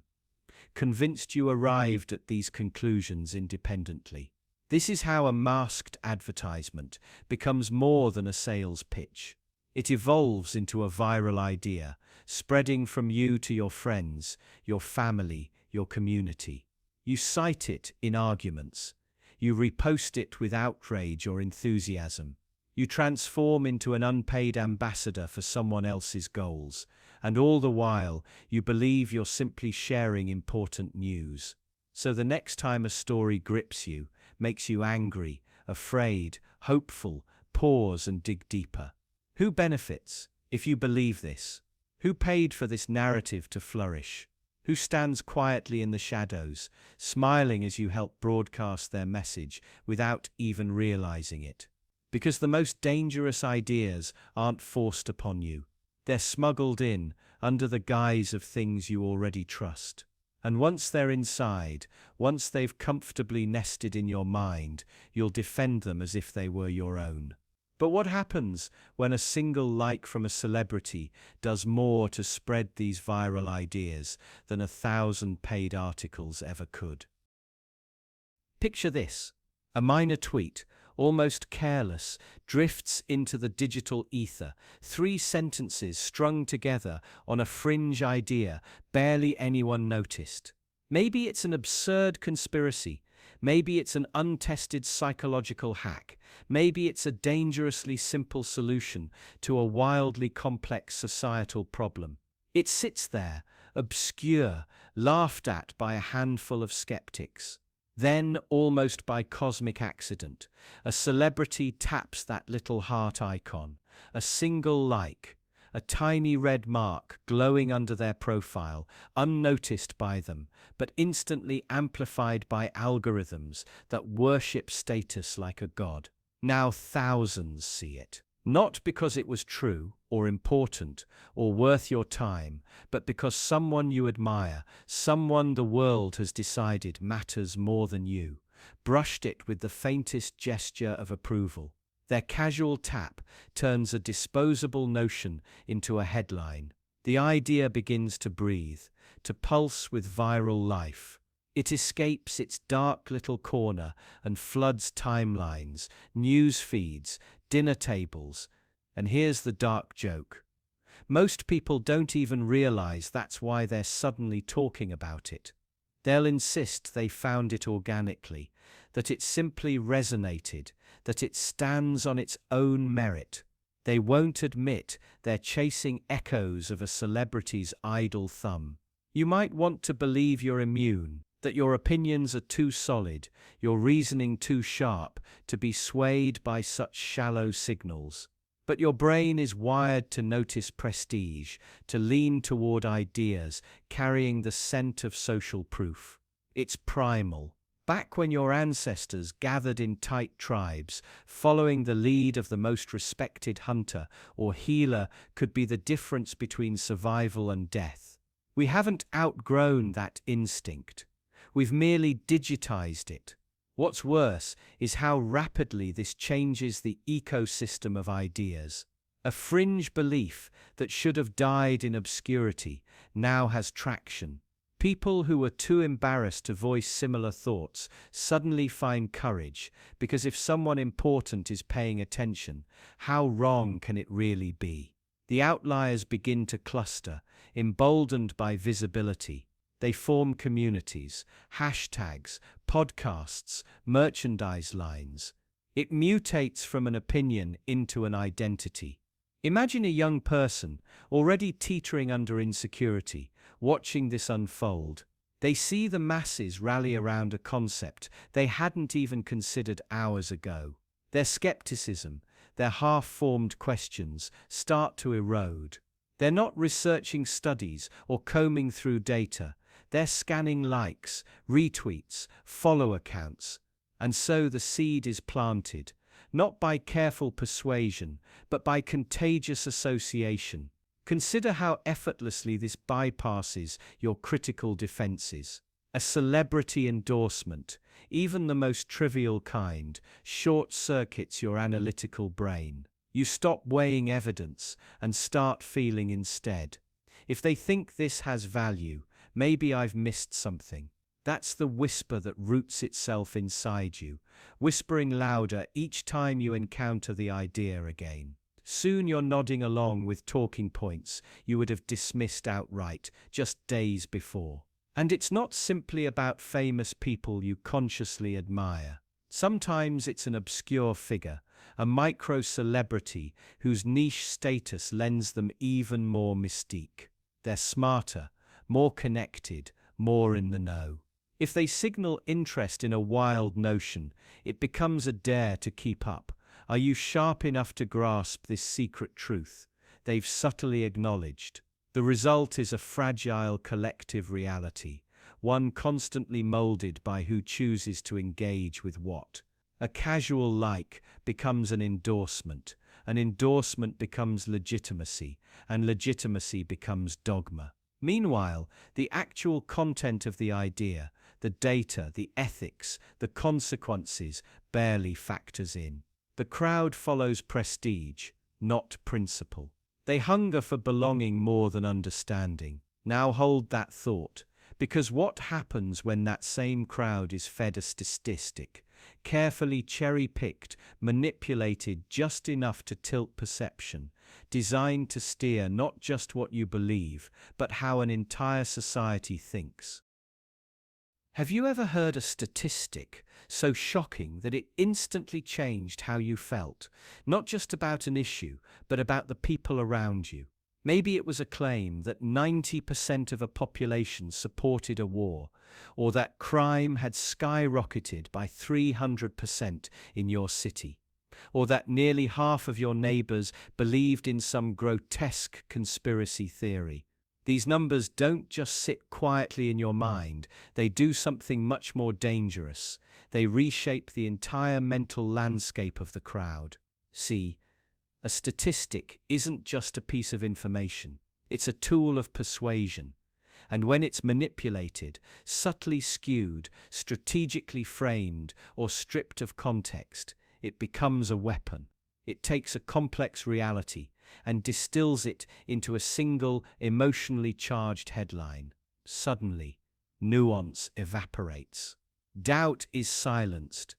And you, along with countless others, adopt a new certainty you didn't earn through careful thought, but inherited through a cleverly planted figure. Imagine a news segment flashes across your screen. 65% of your fellow citizens want harsher penalties for petty theft. Instantly, suspicion blooms. You might wonder if you're naive for valuing rehabilitation over punishment. Maybe your own compassion feels like foolishness. Now scale this up. That one manipulated figure doesn't just shift your private opinion, it alters the crowd's emotional climate. It creates a false consensus, a tidal pull that drags individual minds into collective alignment. This is how distorted statistics manufacture herd thinking. They anchor beliefs around fabricated majorities, making dissent feel isolating, even dangerous. Because once you're convinced most people think a certain way, you're far less likely to push back. You become quiet. You doubt your instincts. Or worse, you conform, not because you truly believe, but because you fear being the odd one out. And the manipulation doesn't have to be a blatant lie. Often, it's just a careful selection of what to measure, whom to survey, or how to word a question. Want a higher approval rating? Pull during a moment of national pride. Want to stir outrage? Highlight a rare crime as if it's the norm. The statistic becomes a story, and the story becomes reality, at least in the crowd's mind. This is why crowd psychology is so vulnerable. Individuals like to believe they're rational, immune to numbers without context. But drop a bold percentage into a conversation and watch how quickly uncertainty vanishes. A manipulated statistic offers the comfort of simplicity. It replaces the exhausting ambiguity of real life with something clear, clean, and absolute. And so, even if deep down you suspect it's misleading, the crowd will repeat it, amplify it, defend it. Because it feels safer to be wrong together than to stand alone in doubt. Now consider how viral this effect becomes in the age of instant sharing. A distorted figure splashes across social media, retweeted, reposted, stitched into videos, transformed into memes. Each repetition cements the illusion of truth. Each share reinforces the crowd's conviction. Before long, the original data point is irrelevant. The belief it seeded has taken on a life of its own. It marches forward on autopilot, detached from fact, carried by sheer volume and the collective comfort of agreement. And this is precisely why manipulated statistics are so disturbingly effective at distorting crowd thinking. They turn people into echo chambers, broadcasting and rebroadcasting distortions until the sheer force of repetition drowns out reality. A crowd armed with a manipulated statistic isn't just misinformed, it becomes an instrument of misinformation, spreading the contagion further, infecting new minds, rewriting what feels normal. So next time you encounter a statistic that demands immediate outrage or instant agreement, pause. Ask where it came from, who benefits, what was left unsaid. Because the easiest way to control a crowd is not through force or fear, but through a carefully chosen number that sneaks past skepticism and nests quietly in the collective mind. And speaking of things that nest quietly, wait until you see how a single memetic phrase can do even more damage, trapping you inside an echo chamber of your own making. Have you ever stopped to consider how a simple phrase can hijack your mind? Not just catch your attention, but actually trap you, seal you inside a mental echo chamber where every idea only loops back on itself, reinforcing your biases, cementing your fears, and building walls against any opposing thought. It starts innocently enough. A clever slogan, a catchy tweet, a phrase so neatly packaged, it feels like truth. Something like follow your heart or do your own research. Words that seem empowering, harmless, even wise. But that's the bait. The simplicity makes it sticky, easy to repeat, easy to remember, and devastatingly effective at keeping you locked inside your own mental confines. Because once a memetic phrase lodges itself in your head, it starts to crowd out complexity. Do your own research sounds like a noble call to independent thinking. But what does it actually do? It subtly frames disagreement as ignorance. If someone challenges you, you can dismiss them outright. You just haven't done your own research. It's a conversational dead end. It doesn't invite dialogue, it kills it. And in that silent void, your beliefs only echo louder. Think about how echo chambers thrive on these phrases. They're like passwords to secret clubs. Use the right phrase, and suddenly you're surrounded by people who nod along, who validate you, who share the same slogans. You feel understood, affirmed, comfortable. Dissent becomes not just unwelcome, but suspicious. Anyone who doesn't parrot the phrase is an outsider, maybe even an enemy. And so the walls go up, brick by brick, built from words that promised freedom, but delivered a cage. It doesn't stop at casual conversation. Social media algorithms feast on these phrases. The moment you like, share, or comment on content laced with them, your feeds warp. You're shown more of the same. Your outrage or excitement is mined, monetized, and manipulated. Each time you see the phrase again, it burrows deeper, becoming a mental reflex. Soon you're not thinking critically, you're repeating mantras, certain of your righteousness, because the algorithm has wrapped your world in a comforting cocoon of familiarity. And there's a psychological seduction to it. Memetic phrases give you a shortcut through uncertainty. They feel like answers, compact and convenient, letting you bypass the hard work of wrestling with ambiguity.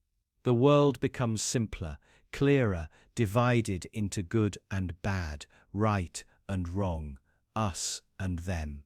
You stop asking real questions because the phrase already gave you a tidy conclusion. It's intoxicating to believe you hold a secret key to reality that others just don't get. But what's the real cost? These echo chambers don't just isolate you from opposing views, they isolate you from your own evolving thoughts. You stop revisiting old beliefs to test if they still hold up. You stop being curious. The memetic phrase becomes a moat around your mind, protecting it from anything that might shake your certainty. You're trapped, not by force, but by your own craving for validation and simplicity.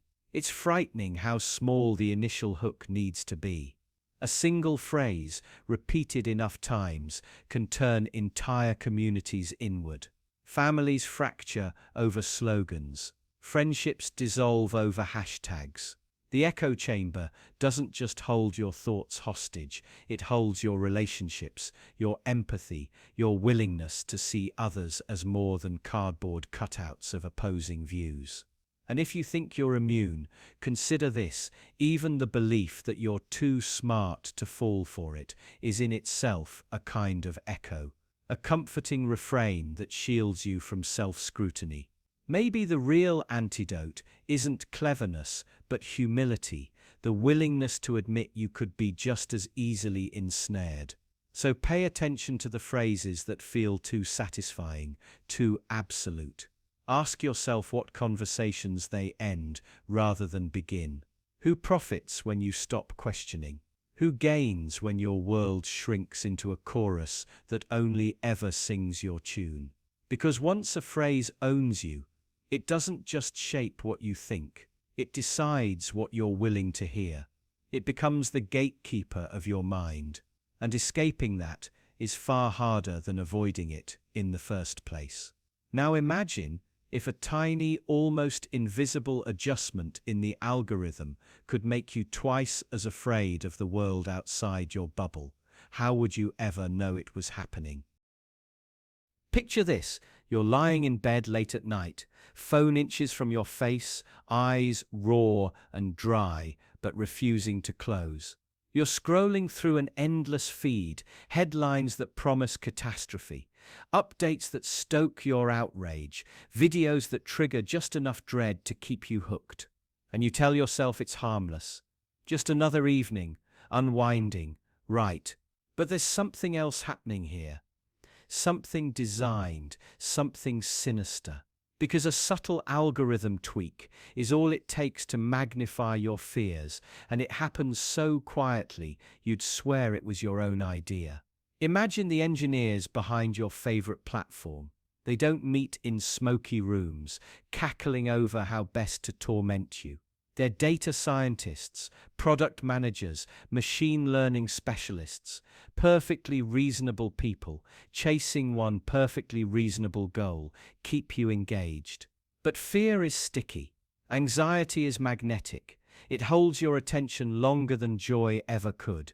And so, with a tiny adjustment to how content is ranked, what rises, what falls, your feed begins to warp. Posts that frighten you, disturb you, challenge your sense of safety bubble to the top. They call it optimization.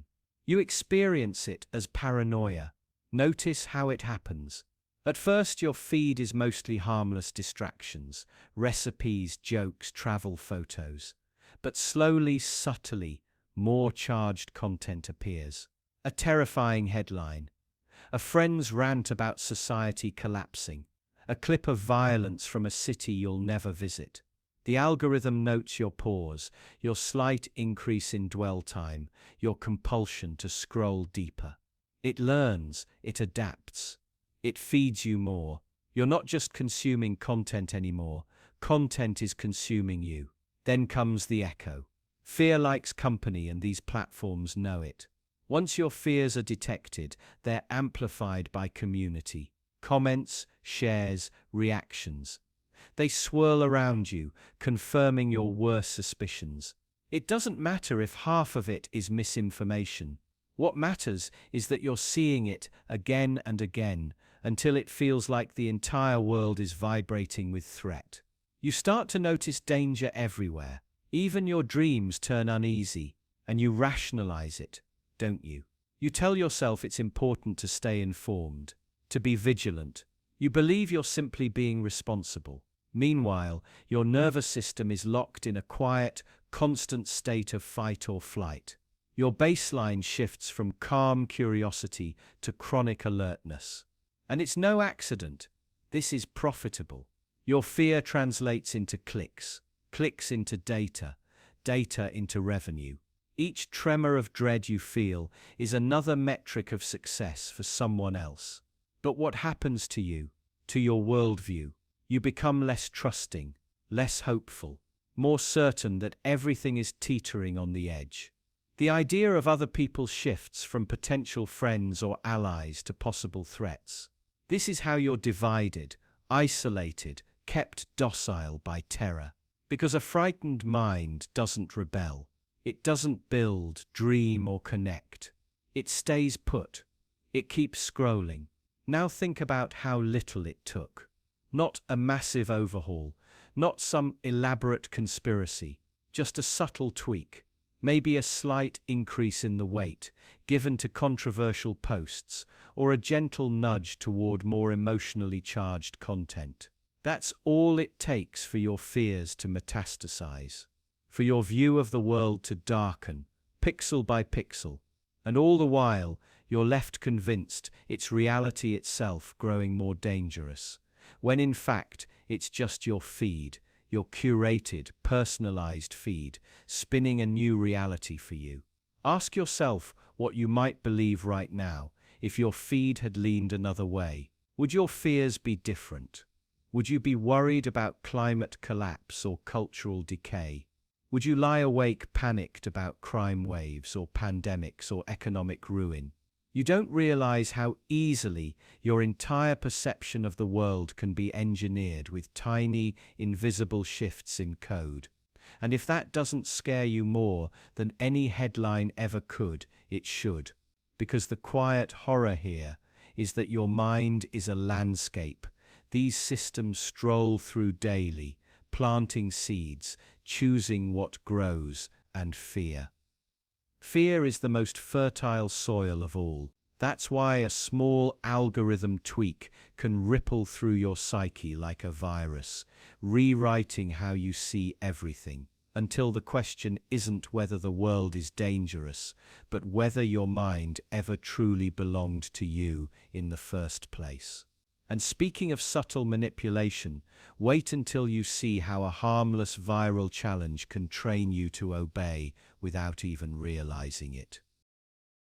Imagine a screen lighting up with the bright grin of some teenager, eyes sparkling with adrenaline, breathless with laughter as they complete the latest viral challenge, something that looks silly, harmless, maybe even fun. Maybe it's dumping ice water over their head, or balancing on the edge of a high rooftop for the perfect photo. But look closer.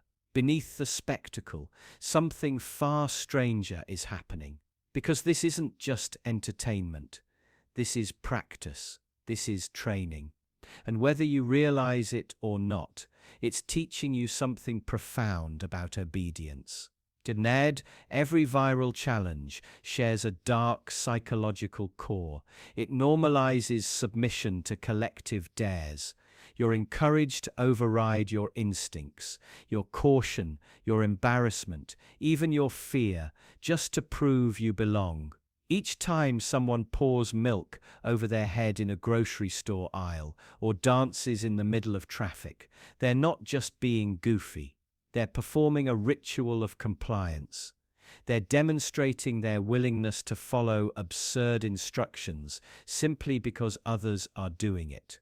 The more ridiculous the act, the more powerful the demonstration of obedience. It's eerily similar to ancient initiation rites. Tribes once demanded painful or humiliating tasks to secure loyalty.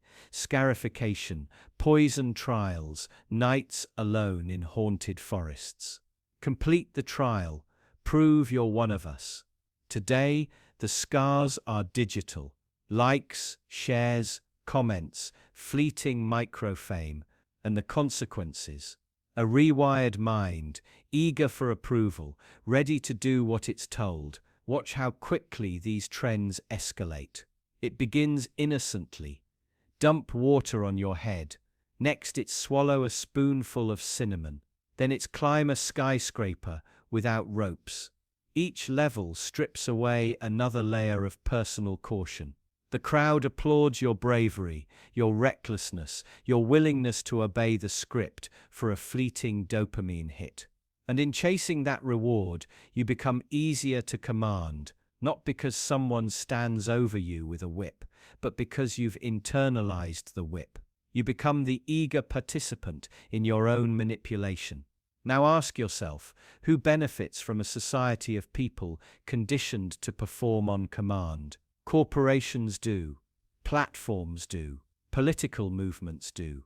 The machinery of influence thrives on viral challenges because each one tests your compliance, your hunger for external validation, your readiness to surrender judgment for belonging. It's a silent schooling in obedience, disguised as play. Some will argue it's harmless fun, and sometimes it is. But consider the deeper lesson absorbed by your subconscious. The more bizarre the instruction, the more rewarding it feels to complete. The less sense it makes, the more you prove your loyalty to the group by doing it anyway. This is the psychology of cults, of mass movements, of historical atrocities, people proving they're part of something bigger by overriding their individual doubts. Because once you've laughed your way through swallowing laundry detergent or scaling a tower for a selfie, what else might you agree to? If a crowd cheers, if it trends high enough, if the reward is sweet enough, how far would you go? Viral challenges are soft indoctrination, low-stakes training grounds for future compliance. Today it's a prank. Tomorrow it's something you'd never dream of doing until the crowd dares you. That's the real brilliance of these idea viruses.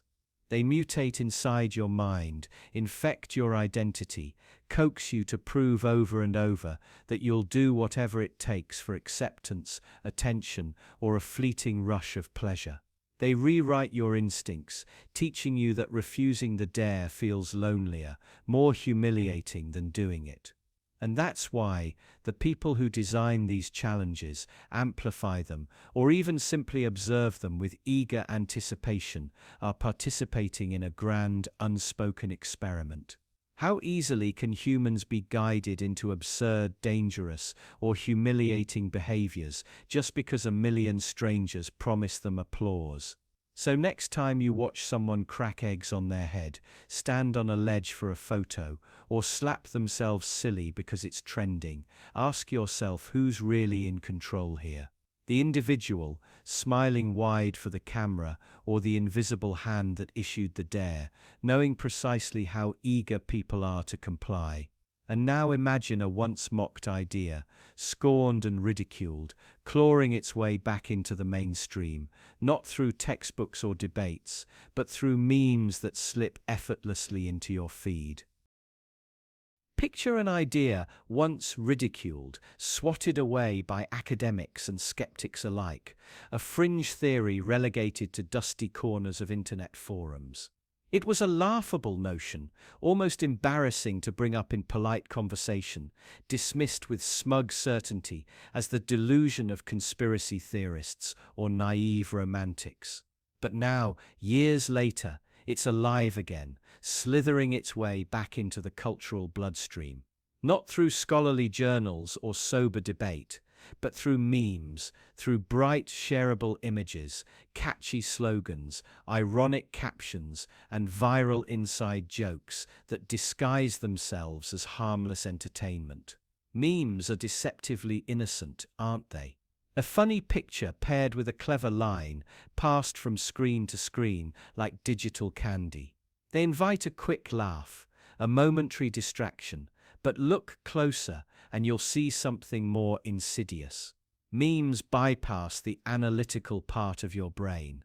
They slip past your skepticism by appealing to emotion, humor, or the thrill of being in on the joke. They condense complex, controversial ideas into digestible, repeatable bites, stripped of nuance, divorced from the weight of evidence or rebuttal. It's through these playful vessels that the once-scorned theory finds new life.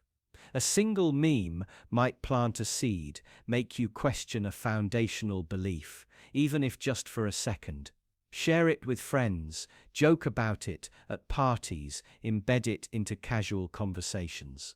Before long, the theory that was once dead on arrival starts to feel strangely familiar, less ridiculous. The more you see it, the more it lodges itself in the folds of your mind, until repetition alone lends it credibility. There's a sinister elegance to this process. By the time the idea feels comfortable enough to entertain seriously, your guard is already down. It's no longer some foreign crackpot hypothesis. It's part of the cultural wallpaper, woven into shared language and private amusement. You become an unwitting carrier of the idea, spreading it without the faintest sense of danger, because after all, it's just a meme, just a joke. But the joke has teeth. It burrows into your worldview, reshaping it subtly, invisibly. What was once unthinkable becomes plausible. What was once a fringe absurdity becomes a conversation starter. And if enough people nod along, if enough people laugh, then the idea grows bolder, stepping out of irony's protective shell to stand on its own, cloaked now in a strange legitimacy, born from sheer familiarity. Think about the theory that money matters more than intelligence. Not long ago, openly claiming this was met with moral outrage. It offended deeply ingrained beliefs about meritocracy and fairness. But once it was memed, once it was turned into a sarcastic tweet or a TikTok skit about rich idiots outpacing brilliant broke kids, the cultural stomach started to digest it. Now it's practically common sense, discussed over coffee without a hint of scandal, repeated like an obvious tired truth. Or consider the idea that comfort is society's most effective method of control. On paper, it reads like dystopian paranoia, the stuff of dark science fiction. But dressed up in meme format, a clip of someone blissfully distracted by Netflix while the world burns around them, it suddenly feels relatable, even funny. That humor opens a door. You laugh, you share it, you nod. And with each share, the concept tightens its grip. What's truly disturbing is how these memes play on your very psychology. They know you're more likely to internalize an idea that's wrapped in humor. They exploit your instinct to conform, your need to be in on the joke, your fear of being left out of the collective wink. The memes disarm you, make you complicit, and then gradually they make you a believer, without you ever realizing when the shift happened. So the once-scorned theory reemerges, no longer wearing the shabby robes of fringe speculation, but sleek, viral attire. It moves from irony to acceptance, from absurdity to mainstream. And by the time you're reflecting on whether it's actually true, it's already embedded itself too deeply for easy extraction. Because that's the real trick, isn't it? Memes don't just spread ideas, they normalize them. They transform the unacceptable into the debatable into the obvious. They turn you into both a participant and a propagator, all while convincing you it was just harmless fun. And if that unsettles you, hold on tight. Because what happens when nostalgia starts painting your own flawed past as something golden and pure? Have you ever noticed how your memories of the past are rarely honest? How your mind stitches together old moments with a softness that feels almost deliberate, like applying a warm Instagram filter to something that was, in truth, cold and cracked. You remember childhood summers as endless days of laughter, forgetting the loneliness that sometimes crept in at night. You recall an old relationship as tender and passionate, conveniently omitting the fights that left you hollow for days. Nostalgia doesn't document reality. It edits it. It curates a highlight reel that soothes your present self, even if it means betraying the truth. This selective glow, serves a purpose. It protects you from bitterness, from regret that could drown you. But it also blinds you. It turns flawed histories into golden legends, makes the past seem not just better, but safer, simpler, purer. And so, without realizing, you start longing to return to places that never actually existed. You ache for a time that was never truly kind to you, never truly gentle. That's the sinister genius of nostalgia. It convinces you that your suffering was somehow sweeter just because it happened long ago. Look closely at how this works. You hear people say, things were better back then. Society had values. Families stayed together. People were polite. But was it really better? Or just less visible? Hidden beneath those neatly pressed decades were abuses no one spoke of, inequalities woven into the fabric of daily life, cruelties that went unchallenged, simply because silence was the rule. The past wasn't kinder. It was quieter. And your nostalgia mistakes quiet for peace. Even on a personal level, think about the mistakes you made that you now romanticize. The reckless adventures, the nights spent chasing someone's fleeting attention, the years you gave to a dream that didn't deserve you. You tell those stories now with a laugh, as if the pain back then was somehow charming. But if you could step back into that exact moment, feel your heart break again in real time, you'd remember it wasn't charming at all. It was raw, sharp, devastating. Nostalgia is the softening agent that keeps you from wincing every time you look back. And maybe there's a reason for that. If we remembered every wound with perfect clarity, we'd be paralyzed by old injuries, unable to risk new ones. Nostalgia becomes a survival mechanism, dulling the past so the future doesn't terrify us. But it's also a trap. It can keep you from seeing the flaws in what you once endured. It can lure you back into old patterns, old relationships, old systems of belief, all because your memory has airbrushed out the reasons you left them in the first place. Marketers, politicians, even entire movements understand this psychological quirk and weaponize it. They sell you the idea of the good old days, promising to take you back to a time that feels safe, only because your mind has forgotten the discomforts that lived there too. They whisper about restoring tradition, reviving lost glory, all while counting on your faulty memory to overlook the injustices and indignities baked into that era. You become easy to manipulate because you're chasing a ghost story your brain wrote for comfort, not accuracy. Ask yourself honestly, when you miss the past, what exactly are you missing? Is it the reality of what was, or just the illusion you've polished over time? Because if it's an illusion, and it almost always is, then longing for it isn't nostalgia. It's self-deception. It's a form of lying to yourself, a prettier cousin of denial.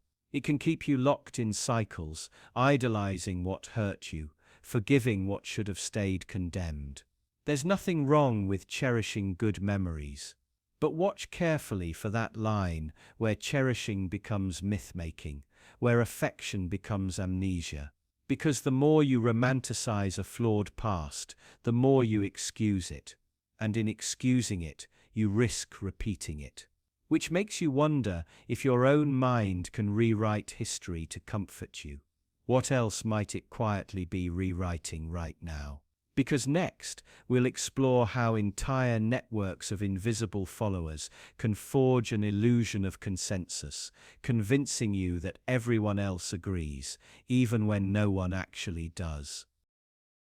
Picture a sprawling digital graveyard, littered with countless hollow profiles, each one a ghost, silently haunting the platforms you scroll through every day. These aren't real people. They're fabrications, shells engineered to nod along, to agree, to amplify whatever message their creator wants you to believe. They form what's called a ghost follower network, and their true power lies not in numbers, but in illusion. Because when enough shadows clap, cheer, and echo the same sentiment, it begins to look like consensus. And your brain, ever hungry for social validation, starts to fall for it. Think about how easily your perception bends when you see thousands of likes or retweets on a post. You pause, take it more seriously. Maybe you even doubt your instincts if you disagree.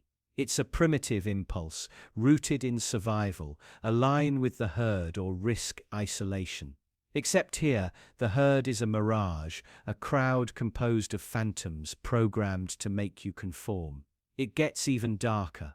These ghost networks don't just make harmless content go viral, they fabricate legitimacy for ideas that might be shallow, manipulative, or outright malicious. When a dubious opinion suddenly appears backed by tens of thousands of eager accounts, it stops looking fringe. It starts to seem mainstream, obvious, even correct.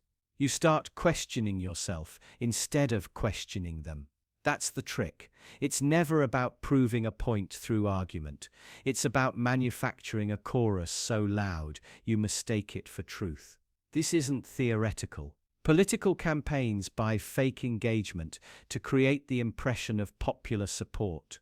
Corporations inflate follower counts to feign trustworthiness. Even ideologues and conspiracy theorists weaponize ghost armies to swarm debates, drowning out nuanced conversations with orchestrated applause. The goal is simple: convince you that most people already agree, so resisting feels not only lonely but futile. Ask yourself, how many times have you checked the comments or likes before deciding how you feel about something? That's the psychological lever these networks pull. We're social creatures, terrified of standing alone.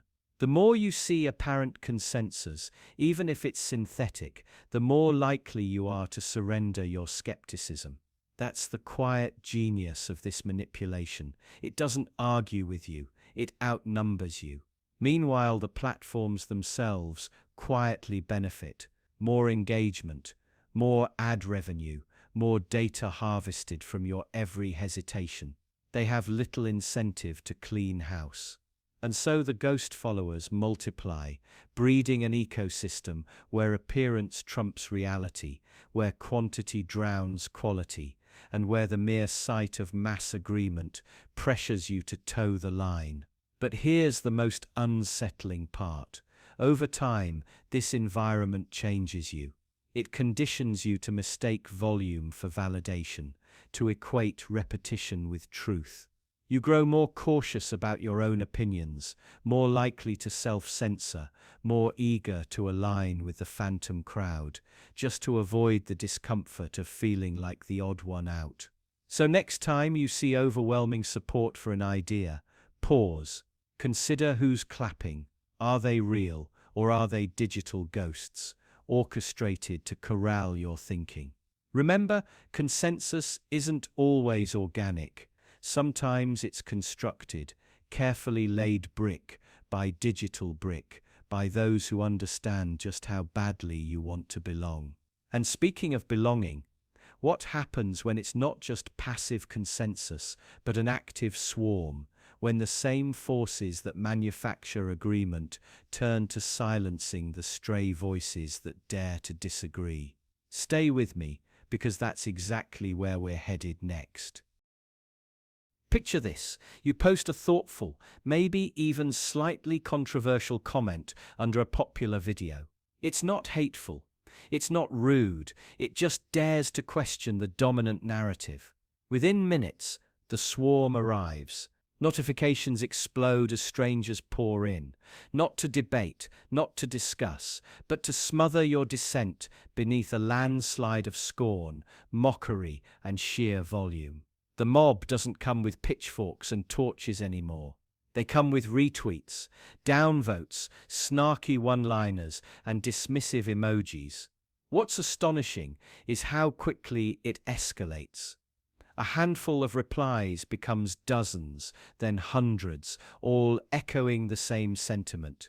You're wrong, you're stupid, you're immoral, and most importantly, you should stop talking. It's a digital chorus of conformity, each voice amplifying the next until it's deafening. And what's the easiest way to make it stop? You silence yourself, delete your comment, stop participating, retreat. That's the quiet, sinister power of a comment section mob. It masquerades as grassroots justice, a collective moral compass keeping society on track. But look closer, and it's less about right and wrong and more about enforcing orthodoxy. When masses converge to crush a single dissenting view, it's not debate, it's suppression. They're not trying to understand, they're trying to erase. It's even more disturbing when you realize how eager people are to join the pile-on. Social media platforms are designed to reward this behavior. Algorithms detect spikes in engagement, likes, shares, angry replies, and promote them. Conflict is profitable. The more people who jump in to shame you, the more ad revenue flows. The system thrives on your humiliation. Think about what that means. The same machinery that pushes feel-good videos and viral dance trends also feeds outrage, meticulously cultivating mobs to maximize clicks. In this environment, groupthink isn't just common, it's inevitable. Each person, by joining in, feels a fleeting rush of belonging. They're on the right side, they're part of something bigger. But in reality, it's a fragile unity, built on scapegoating someone else's supposed wrongness. And notice who doesn't get mobbed. Popular influencers, celebrities, people with massive platforms.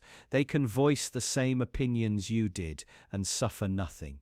Their followers shield them, or the platform protects them because they drive revenue.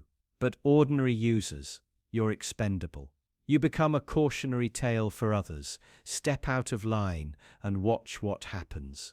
This dynamic doesn't just stifle speech, it warps thought. People start pre-censoring, carefully tailoring opinions to avoid the slightest ripple. You learn which topics are radioactive, which views must be whispered in private, if spoken at all. The mob doesn't have to silence everyone directly. The mere threat is enough. Self-censorship becomes second nature. Before long, whole conversations vanish, not because nobody has dissenting views, but because nobody dares voice them. The most unsettling part. Many participants believe they're doing something noble. They see themselves as protectors of truth, guardians of collective decency. But watch closely, and you'll see it's often just a power rush, one they'd likely deny if confronted. Because admitting the pleasure of crushing dissent feels ugly, so it's reframed as righteousness. Meanwhile, the person at the center of it all, maybe you, feels isolated, misunderstood, and often shamed into silence. You start questioning your own thoughts. Maybe they're right. Maybe you are terrible for asking that question. This is how consensus is manufactured. Not through persuasion, but through intimidation, dressed up as communal morality. Imagine the long-term effect, an entire culture trained to mistake consensus for truth and to punish deviation with ruthless efficiency. It's the perfect environment for viral idea viruses to spread, because who would dare stop them? But speaking of subtle forces that shape what you think, what happens when the next suggestion you see, automatically, unthinkingly, comes not from a person at all, but from an algorithm designed to reinforce your existing bias? Have you ever noticed the tiny grey words hovering at the edge of your screen as you type? Those soft little prompts offered by predictive-text seem harmless, convenient, even helpful. They save you time, help finish your sentences, and reduce the effort of thinking up the right phrase. But what if I told you that every time you accept one of those suggestions, you're not just saving keystrokes, you're outsourcing part of your mind? You're letting an algorithm decide how you express yourself, what words you use, and slowly, what thoughts you prioritize. Now imagine how this quiet influence shapes more than your grammar. These algorithms aren't neutral. They're trained on oceans of existing data, billions of messages, tweets, posts, reflecting the biases, stereotypes, and assumptions already baked into our culture. So when you accept that suggestion, it's not a neutral completion, it's a reinforcement, a subtle nudge back toward the same patterns, the same cliches, the same comforting biases that shaped the data in the first place. Think about it. Maybe you begin to type about a political idea, a group of people, a personal fear. Predictive text starts guessing what you'll say next. It suggests words that echo the loudest, most common sentiments it has absorbed, sentiments that might be shallow, polarized, or prejudiced. By accepting them, you shortcut your own nuance. You surrender complexity. You let the statistical weight of billions of unexamined opinions slide neatly into your private thought process. It's so quiet, this influence, so invisible, and that makes it even more dangerous. You trust it because it feels like it's just helping you be more efficient. But it's also making you more typical, more predictable, more aligned with existing biases. The algorithm doesn't know you. It doesn't understand the depths of your experiences or the subtlety of your beliefs. It knows only what is most statistically likely. It's trained to keep you in the gravity well of common thought. Now stretch this influence out over time. Day after day, year after year. You pick the suggested word. You accept the phrase. Little by little, your inner voice starts to mirror what the algorithm expects of you. Not because it forced you, because it made the easy path irresistible. And in doing so, it shapes your mental habits, nudging your private cognition to align with the loudest patterns of collective data. You become less original, less inquisitive, more algorithmically typical. This is how bias replicates itself, not through explicit propaganda, but through convenience. Through tiny moments of laziness when you let an external system guide your choice of words, and thus your framing of reality.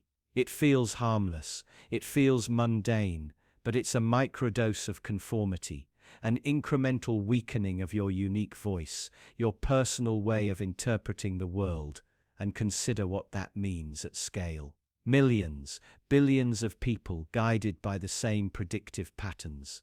Each person making individual choices, but choices subtly pre-shaped by the same statistical ghosts.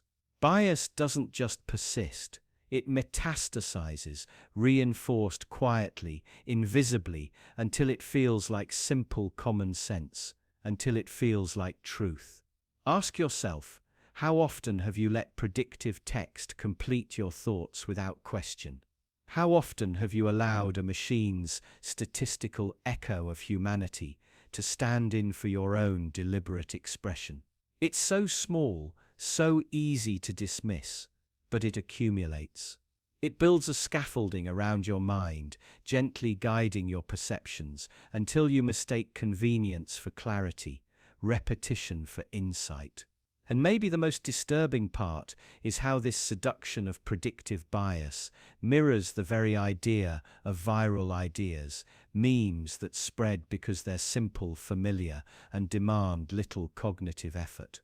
Predictive text is like a handmaiden to these viral mental infections, offering you the easiest, most contagious phrasing every time you hesitate.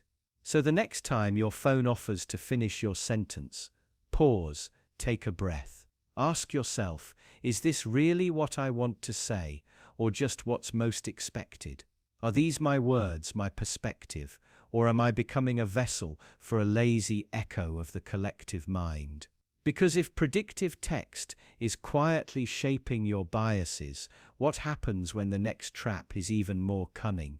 When the test isn't just finishing your sentence, but rewriting who you think you are? That's exactly what we're going to unravel next. Imagine opening your phone to a playful, colorful quiz. It promises to tell you which mythical creature you are or what your spirit city might be. It's harmless, right? Just a few taps, a few silly questions.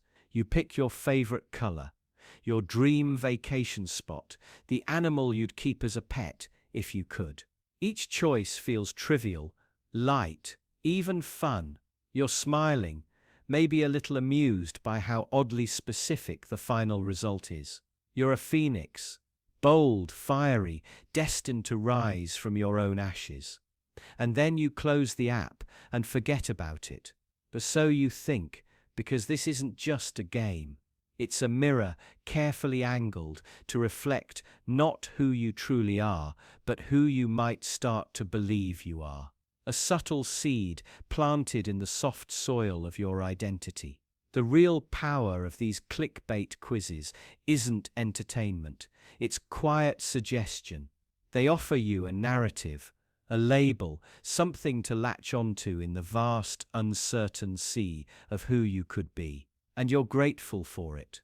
Because being told this is who you are feels oddly comforting in a world where everything else is so painfully ambiguous.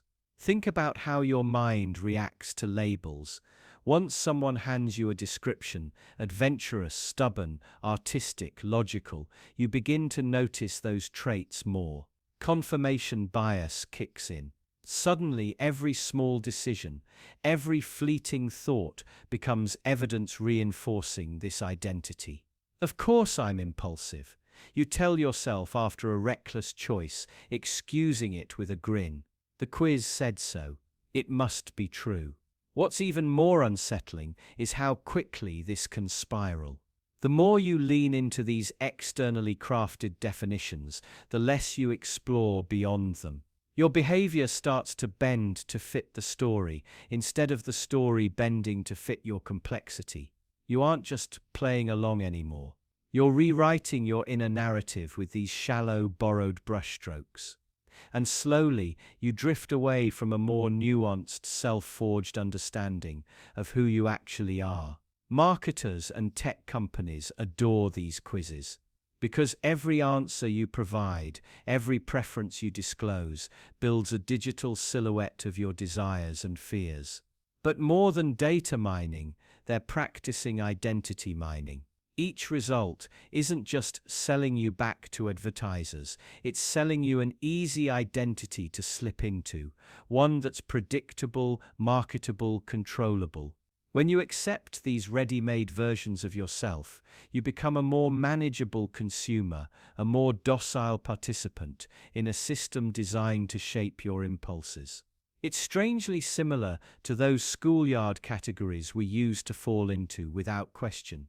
The jock, the nerd, the rebel, the sweetheart. We bristled against them then, maybe. But as adults, we often invite new, shinier cages. We long for a label that makes sense of our contradictions, that packages our mess into something neat enough to present to the world. These viral quizzes capitalize on that hunger, offering a sugary hit of self-definition that feels more like revelation than manipulation. And maybe the most disturbing part is how eager we are to comply. How eagerly we trade the discomfort of ambiguity for the relief of certainty. Any certainty, even if it's manufactured by an algorithm written by someone who doesn't know you exist. You become a phoenix, not because your soul burns with relentless rebirth, but because 5 random multiple-choice questions nudged you there. It's almost laughable until you realize just how subtly that story seeps into the foundation of your self-concept. So ask yourself, when was the last time you chose to explore who you are without the scaffolding of someone else's categories? Without a quiz, a horoscope, a personality test telling you how to frame your thoughts. When did you last simply exist in the vast, terrifying space of possibility without clinging to a pre-written script? Because every time you surrender your identity to a clickbait quiz, to a viral label, to a pop psychology caricature, you lose a little of your own authorship. You trade the exhilarating, often frightening freedom of true self-discovery for a pre-packaged story that might be comforting, but is never complete. So next time your finger hovers over one of those cheerful links promising to reveal the real you, pause. Remember that the real you is far messier, more layered, and infinitely stranger than any 5-question quiz could ever capture. And that's not a flaw, it's your greatest, most unmarketable strength. But what happens when it isn't a playful quiz at all, but a single whispered rumor that cracks friendships, divides communities, and can't ever be taken back? Have you ever noticed how a rumor can slither through a crowd faster than reason ever could? It starts small, just a whispered suggestion, a sly smirk, a half-finished sentence that implies far more than it states. Maybe it's about a neighbor, a coworker, a stranger on the internet. You hear it, shrug it off, tell yourself it's probably nothing. But that's the moment the infection takes root. Because once an idea, no matter how baseless, burrows into the mind, it grows teeth. Picture a village, centuries ago, huddled together for warmth and survival. One person claims another is hoarding food. There's no proof, but suspicion is so much easier to spread than certainty. Soon, nervous glances turn into hushed accusations. A friend stops visiting. A brother keeps his distance. And before anyone can recall why they began to doubt, the village stands divided, sharpened sticks in hand, glaring at one of their own. Now fast forward to your world, no longer campfires and dirt roads, but endless digital corridors. The same mechanics play out, only faster, crueler. Someone tweets an accusation. A headline distorts a quote. A doctored image circulates. Algorithms seize on outrage because engagement is profit, and suddenly that whisper has become a roar. You tell yourself it doesn't affect you, that you're too clever to fall for rumors. But your brain is wired to believe stories that confirm your fears. You see it once, twice, 20 times, and now it feels true, even though you never saw a shred of evidence. This is how division becomes irreversible. Because once you've decided someone is a villain, you begin to look for signs to prove it. You interpret every harmless action as sinister. Their silence becomes proof of guilt. Their denial becomes arrogance. Their attempts to explain are twisted into confessions. And slowly, methodically, you build a version of reality that can't be undone by mere facts. It's why people have burned witches, lynched innocents, exiled neighbors, cancelled strangers, all because of fleeting rumors that hardened into conviction. And even when the truth emerges, when the witch's curses are proven imaginary, when the ledger clears, when the tweet is debunked, people rarely apologize. They don't gather to admit their error. Instead, they double down or quietly look away, hoping the guilt dissipates if no one mentions it again. You see this every day in subtle ways. Families fracture over political gossip. Communities split over scandalous stories that evaporate under scrutiny. A friendship ends because someone repeated something they only half heard. By the time anyone bothers to ask if it was ever true, the damage is permanent. Trust, once shattered, is rarely rebuilt. Because rumors don't just alter opinions, they carve scars into identities. They create new tribes, where loyalty means believing the worst together. Ask yourself, how many connections in your life are already infected by tiny seeds of suspicion? How many relationships do you hold at arm's length because of something you never actually verified? How often do you hesitate to reach out, to reconcile, because a part of you clings to that unconfirmed whisper? This is the dark genius of rumor. It divides effortlessly, and it makes unity feel dangerous. Because unity requires trust. It demands vulnerability. It asks you to step into uncertainty and admit you might have been wrong. Rumors offer a simpler path. Pick a side, shut the door, and guard it with all the bitterness you can muster. That feels safer, easier, until you realize you've surrounded yourself with walls so high that no one can reach you, not even those you once loved. So the next time you hear a rumor that seems designed to make you angry, frightened, or smugly superior, pause, ask who benefits from your division. Ask who profits when communities fracture, when old friends turn strangers. Because someone always does. Power loves division. Manipulation thrives on it. A divided people are too busy distrusting each other to challenge anything bigger. And once you truly see it, you can't unsee it. Which makes you dangerous in the best possible way. Because you'll start to resist the urge to pass that rumor along. You'll wait for evidence. You'll protect your relationships like they matter more than the thrill of gossip. And that small act of skepticism, that's how you keep a fleeting rumor from becoming an irreversible wound. But what happens when the rumor doesn't just live in conversations, when it burrows into the quiet circuits of your own mind, looping back on itself, replaying the lie until it becomes your personal truth? Keep listening, because that's where it gets even darker. Have you ever wondered what happens inside your mind when you hear a lie so many times that it starts to feel like the truth? Not because it's logical or because evidence piled up so high that it became undeniable, but simply because your brain got tired of fighting it. Deep inside you, there's a silent loop, a neural whisper that repeats, reinforces, embeds disinformation so smoothly you stop recognizing it for what it is. It starts subtly. A headline flashes by while you're half awake, scrolling through your feed. You barely register it, just enough to store a faint impression. Later, someone repeats the same idea in a casual conversation. You nod, not because you agree, but because it feels oddly familiar. Recognition gives it weight. Your brain's primitive pattern detectors reward that familiarity with a gentle nudge of trust. Then, the next time you encounter it, on a podcast, a meme, or a friend's offhand remark, it feels almost like a memory you made yourself. That's the trap. Repetition doesn't just make things easier to recall, it makes them easier to believe. Your neurons love efficiency. They build shortcuts, streamline pathways, hardwire patterns.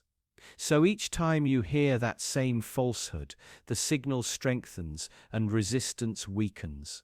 The lie becomes a well-trodden trail in your mind, smooth and effortless to follow, while skepticism feels cumbersome, demanding effort you're rarely prepared to give.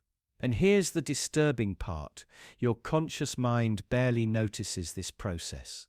The silent neural loop runs quietly beneath your awareness, polishing the lie until it glitters with deceptive credibility. Meanwhile, the brain's deeper wiring, the circuits tied to emotional safety, social belonging, and cognitive ease, start rewarding you for accepting the narrative. Doubt feels uncomfortable. Agreement feels soothing. So the loop turns again, deeper, stronger. Think about how this plays out at scale. A politician repeats a distortion until it stops sounding outrageous. A corporation frames its exploitative practices as noble service until even critics start to soften. Entire communities build echo chambers where disinformation circulates freely, unchallenged, uncorrected, echoing from mouth to mouth, from feed to feed, until skepticism seems radical, even dangerous. But it's not just about the information itself, it's about your identity. Every repetition subtly reshapes how you see yourself.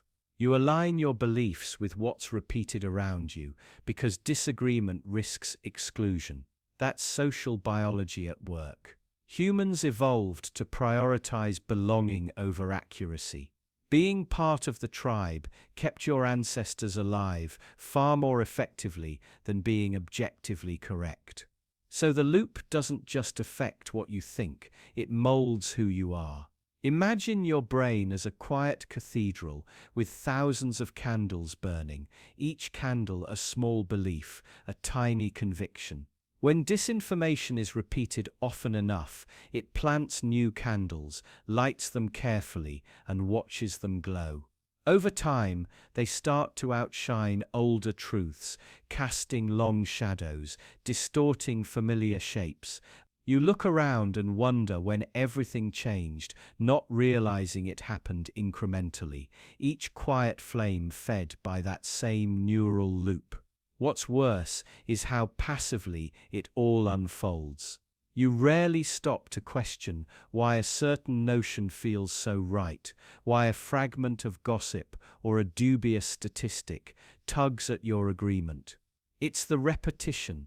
The loop has done its work, weaving falsehood into the fabric of your thinking until you mistake it for intuition. And by the time you try to unravel it, you find the threads tangled with your self-image, your loyalties, your sense of security. Correcting the lie doesn't just threaten a fact, it threatens the intricate neural tapestry that now defines you. That's why simply presenting evidence rarely works. You're not just battling misinformation, you're wrestling with the quiet power of your own brain's desire for ease, familiarity, and social safety. But there's a deeper horror still. This process is largely immune to your awareness. Knowing about it doesn't fully stop it. You can catch yourself, sure. You can pause, reflect, scrutinize. But the silent loop keeps humming in the background, patient and persistent, waiting for the next repetition to slip through. It doesn't need your permission, it just needs your attention. Brief, distracted, unguarded. So ask yourself, what beliefs living inside you right now were planted by this silent, relentless loop? Which convictions feel like your own, but might actually be someone else's careful design?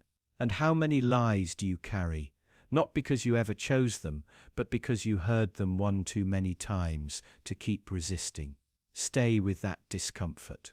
Because in a moment, we'll dive even deeper into how the correction of a lie often fails to dislodge the myth, leaving you haunted by the same false story in spite of the truth. Have you ever noticed how a myth survives even after it's been publicly debunked? How the correction, when it finally comes, is buried so deep and delivered so softly that it never really undoes the original illusion? It's like your mind clings to the first version of the story, the dramatic one, the scandalous one, the one that triggered outrage or awe. Because your brain loves simplicity, loves to hold on to clean, emotionally charged narratives. And once it's there, anchored, it doesn't let go just because someone whispered a quiet, technical correction later on. Think of all those viral headlines you've seen over the years. The explosive claims that race around social media, picked up by millions, shared with passion, argued about at dinner tables. The shocking fraud, the unbelievable miracle cure, the monstrous villain exposed. The story spreads like wildfire because it's irresistible, tailor-made to provoke. Your brain lights up, your emotions take over, and you become part of the chain, forwarding the infection to others. That's the virus of an idea, thrilling, sticky, immediately alive inside you. Then, weeks later, maybe months, a tiny update appears. A cautious retraction, a study quietly withdrawn, a witness found unreliable, the context more complicated than first presented. But by then, it's too late. The myth is rooted. The correction doesn't get the same front page treatment. It doesn't splash across your feed in bold red letters. It doesn't invade your conversations with the same ferocity. So the myth remains, comfortably seated in your mind, immune to eviction. Why does this happen? Because the first impression hijacks your emotional circuitry. The initial story isn't just data, it's an experience. It makes you feel something: outrage, vindication, fear, hope. That feeling brands itself into your memory, far deeper than any cold, careful correction ever could. Your mind doesn't crave accuracy, it craves certainty and impact. So even when confronted with contrary evidence, you rationalize, downplay, or outright ignore it. You might nod, say, "Oh, I heard that was exaggerated." But deep down, the original myth still shapes how you see the world. There's also the uncomfortable truth that we like having our beliefs confirmed. If the original myth supported your worldview, made your side look righteous or your enemies look evil, it settles in effortlessly. Any later correction feels like an attack on your identity, something to be defended against rather than accepted. So the myth persists, shielded by your own psychology. Media and institutions know this perfectly well. That's why the initial explosive claim is delivered with maximum drama, while the correction comes buried in small print or appended at the end of an article most people never finish. There's no incentive to amplify the truth with the same vigor as the sensational lie. Outrage sells, but clarity is dull. And so myths flourish long after their factual skeletons have been dismantled. Think of historical examples, stories about violent mobs that turned out to be misidentified crowds, politicians smeared by false documents, health scares that triggered mass panic before sober data emerged. Decades later, the damage is still there. Ask around, and people will recall the myth, not the correction. Because it was never about facts, it was always about the emotional imprint left behind. But what does that mean for you?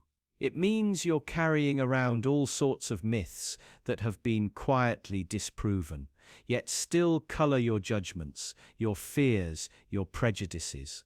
You trust your memory as if it's a ledger of objective truths, not realizing it's more like a scrapbook of the most vivid, emotionally charged snapshots, many of which were staged or outright fabricated.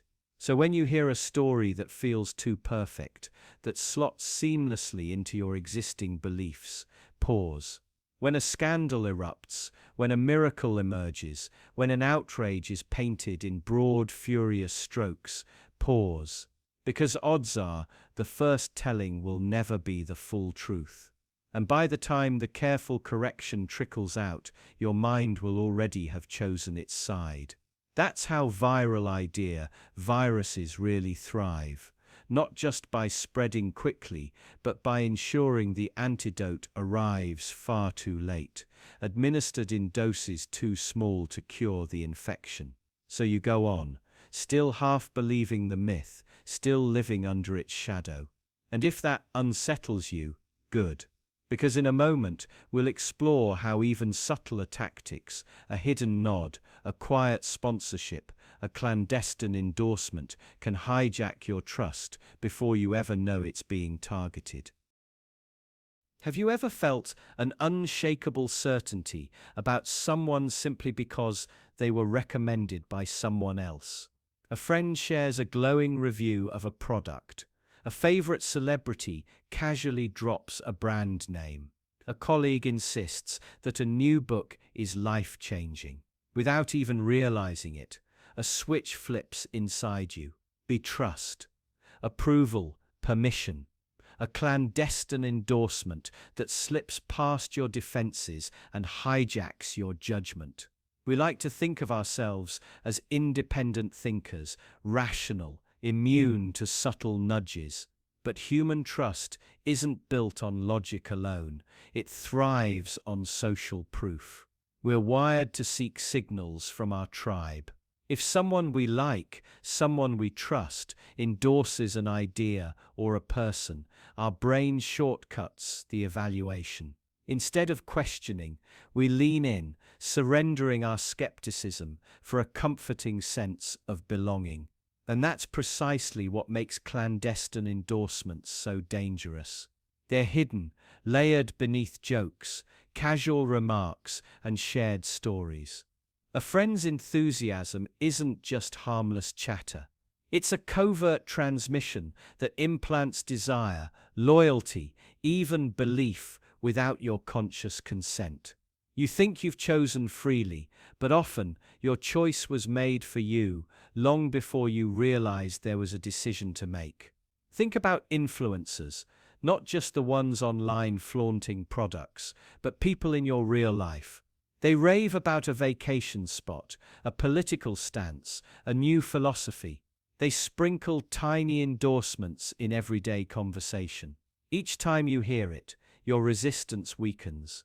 Not because you've been persuaded with evidence, but because trust bleeds from one domain into another.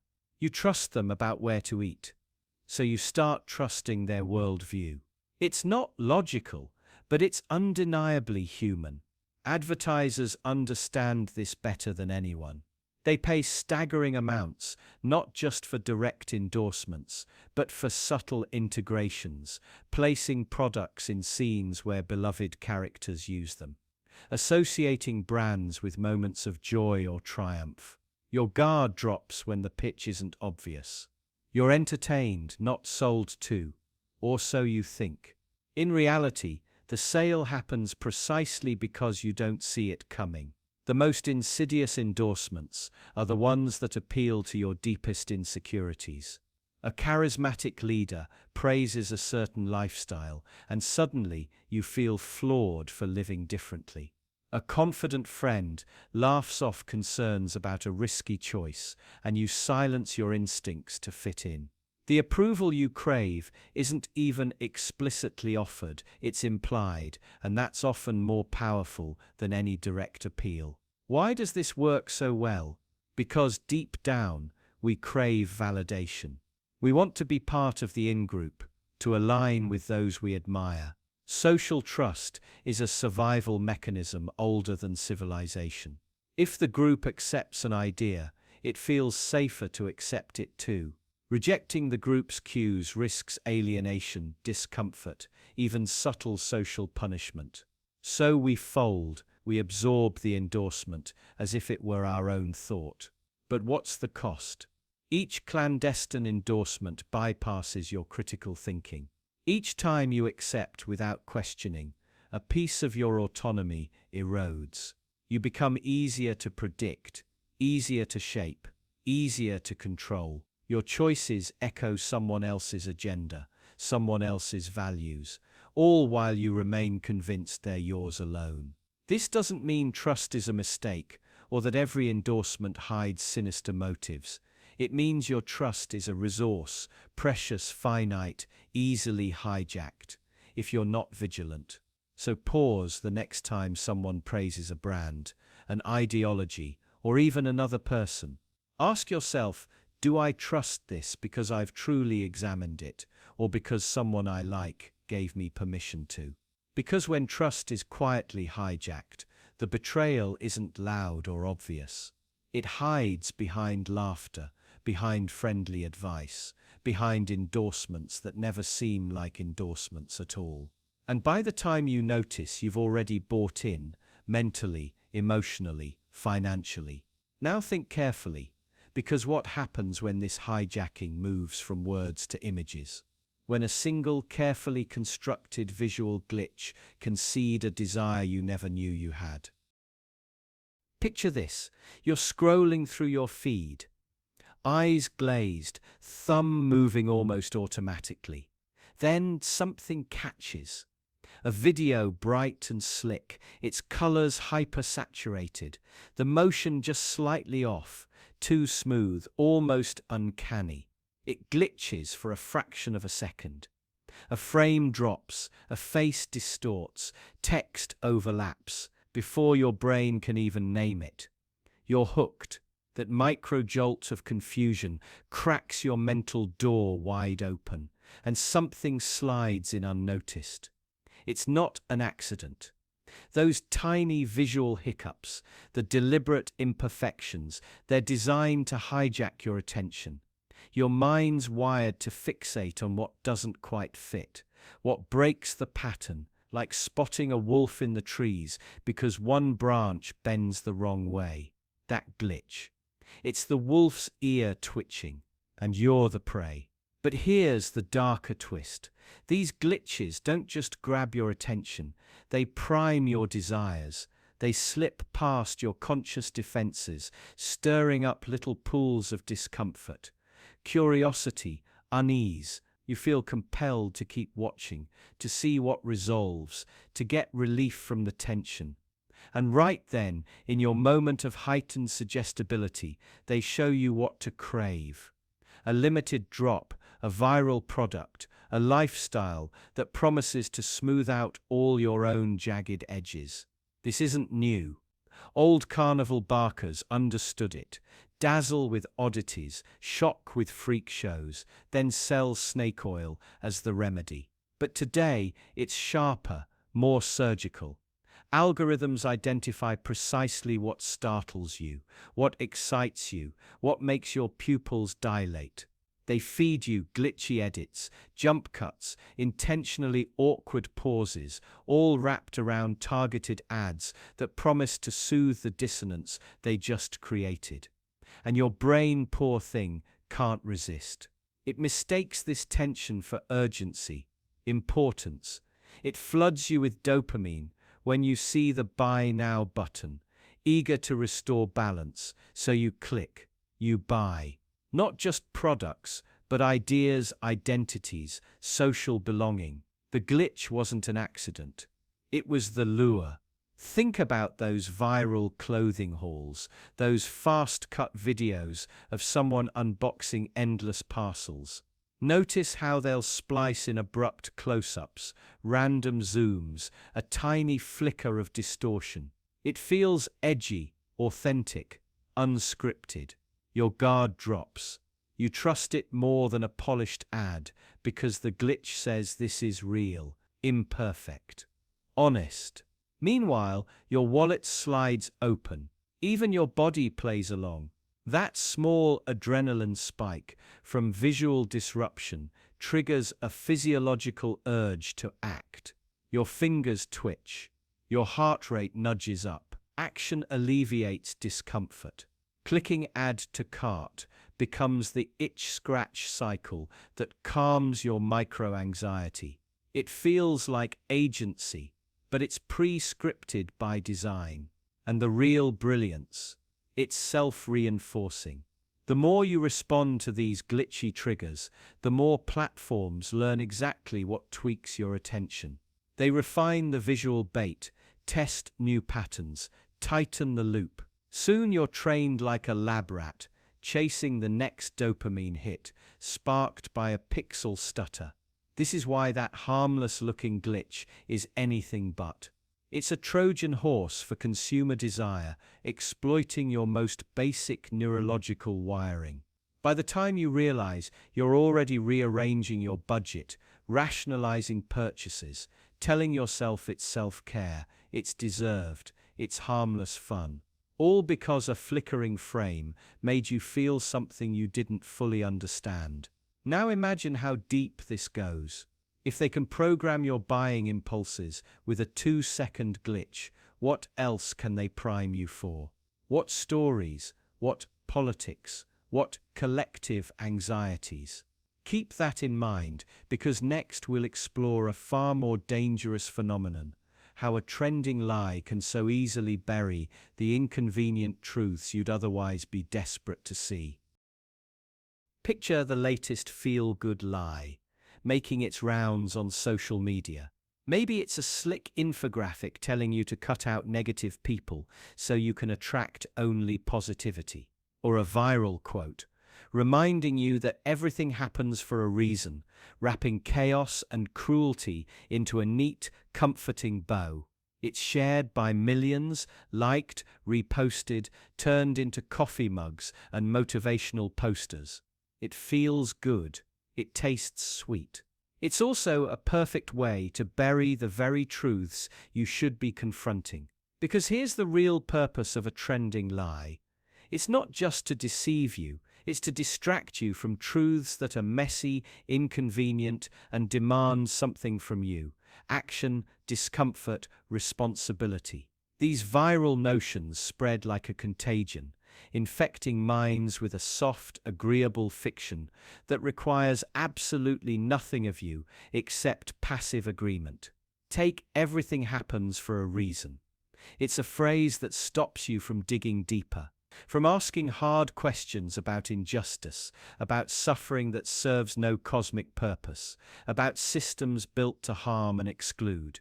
Why wrestle with institutional failures, or even your own complicity, when you can surrender to fate and absolve yourself of any obligation to act? Or look at cutting out negative people. On the surface, it sounds healthy, even brave. But probe a little deeper, and you see it often serves as a license to avoid hard conversations, abandon those struggling with depression or anger, and reinforce your own comfort bubble. You're encouraged to see others' pain as toxicity rather than humanity. It's easier to label someone negative energy than to offer empathy or challenge your own patience and compassion. The brilliance of these viral lies is how they masquerade as self-care or enlightenment. They seduce you with promises of peace and personal growth while stealthily steering you away from inconvenient realities. It's a psychological anesthetic. The more you repeat these slogans, the more you numb yourself to uncomfortable truths, like how society thrives on your disengagement, or how your personal peace might be built on someone else's silent suffering. Social media is the ideal breeding ground for these ideas. Algorithms amplify what's shareable, not what's true. They prioritize dopamine hits over nuance. So a sleek one-liner that says "good vibes only" will travel faster and reach more hearts than a thoughtful essay on systemic inequality or personal accountability. And so the lie spreads, smooth and bright, while the truth remains buried under layers of comforting nonsense. Think about it. Have you ever stopped yourself from confronting a painful reality because a little voice echoing some meme you saw told you to just focus on the positives? That's how effective these viral ideas are. They slip in unnoticed, offering instant relief from cognitive dissonance. They give you permission to ignore what's hard, ugly, or frightening in favor of a pleasant fantasy. And the more we indulge in these illusions, the easier we are to manage. A population hooked on comforting lies won't rise up, won't demand change, won't even look too closely at the cracks beneath their own feet. They'll stay docile, scrolling endlessly, repeating slogans that keep their consciences clean and their minds sedated. This isn't accidental. It's a feature, not a bug. Because widespread self-deception is immensely profitable and politically convenient. It sells products, deflects blame, and preserves hierarchies. The more you believe your happiness is solely a matter of mindset, unaffected by economics, politics, or the suffering of others, the less likely you are to question why the system is built the way it is. So the next time you see a shiny, shareable idea that promises to make your life better by ignoring something uncomfortable, pause. Ask yourself whose interests it serves for you to stay soothed and silent. Wonder what truths are being buried under that trendy mantra. And most importantly, decide whether comfort is worth the cost of your clarity. Because once you see how easily a lie can go viral, how eagerly we embrace it to shield ourselves from the burden of truth, you can't unsee it. And you start to wonder what else you've accepted just because it was easy. Now imagine what happens when these viral ideas don't just distort reality, but start to erode your very convictions. What happens when your core beliefs begin to rot under the weight of the next irresistible contagion? Have you ever felt your convictions slip through your fingers like water? Not because you changed your mind, but because something deeper, almost viral, infected your certainty. It's as if an idea, slick and seductive, burrowed into your brain and began to rewrite the rules you thought were yours. These aren't ideas you painstakingly arrived at. They're contagions, passing from mind to mind like whispers in a crowded room, bypassing reason, feeding on instinct, until what you once stood for seems embarrassingly naive. It starts small. You overhear a clever turn of phrase, a biting meme, a confident assertion at a party. It's casual, almost playful. You laugh, you nod, you repeat it. Later, barely noticing how your tongue delights in the way it rolls out, how your brain rewards you with a tiny thrill for seeming sharp, current, in the know. That's the hook. Because the more you repeat it, the more it stops being something you heard and starts becoming something you believe. Viral ideas are cunning like that. They don't ask for your permission. They exploit your desire to belong, your fear of looking foolish, your craving for certainty in a chaotic world. They promise you simplicity when everything feels unbearably tangled, and in the process, they erode your convictions, not by confronting them head-on, but by mocking them, sidelining them, making them feel out of date, impractical, or just inconvenient. Think about how often your deepest beliefs have been chipped away, not by rigorous debate, but by ridicule. A viral impulse doesn't argue, it scoffs. It rolls its eyes. It makes you feel awkward for still caring about things like honesty, loyalty, integrity. It doesn't dismantle your values through logic, it dissolves them through social osmosis. You start to crave the approving nods, the easy laughs. You shed your old beliefs like an outdated wardrobe, eager to avoid embarrassment. This is the sinister genius of viral ideas. They mimic your own thoughts. They whisper in your inner voice so convincingly that you forget they were ever foreign.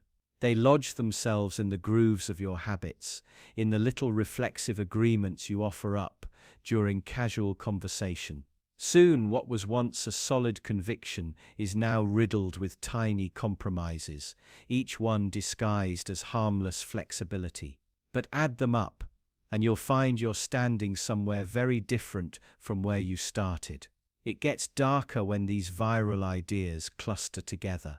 A single infection might be shrugged off, but collect enough, and they start to reinforce one another.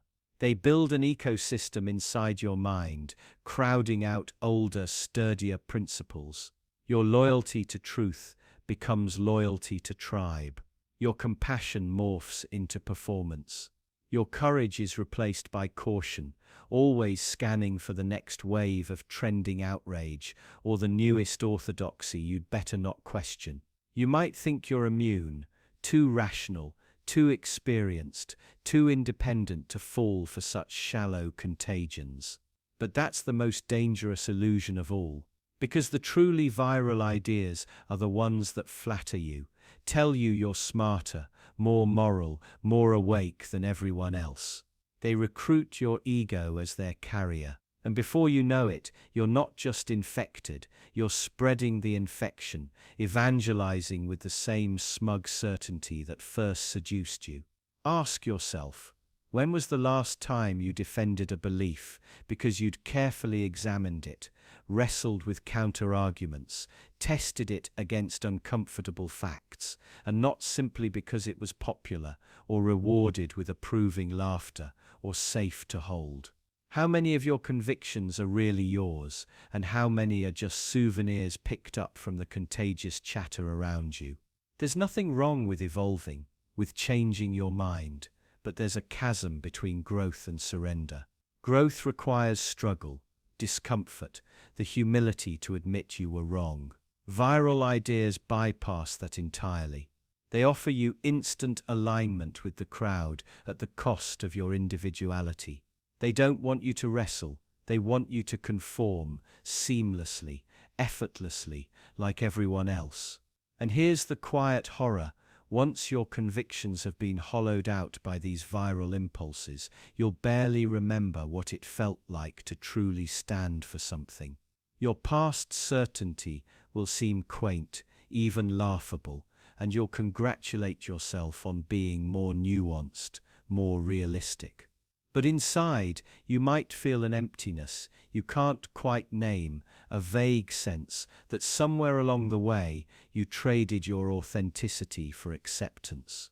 So watch carefully for those ideas that feel too easy to adopt, too gratifying in their social rewards. Question why they appeal to you. Dissect the comfort they offer. Because the true cost isn't just a shift in opinion, it's the slow erosion of your ability to think for yourself. And maybe, just maybe, you'll need that ability sooner than you think. Because what if tomorrow you're swept up in something even stranger, a forgotten flash mob that vanished overnight, but somehow left a haunting imprint on every mind it touched?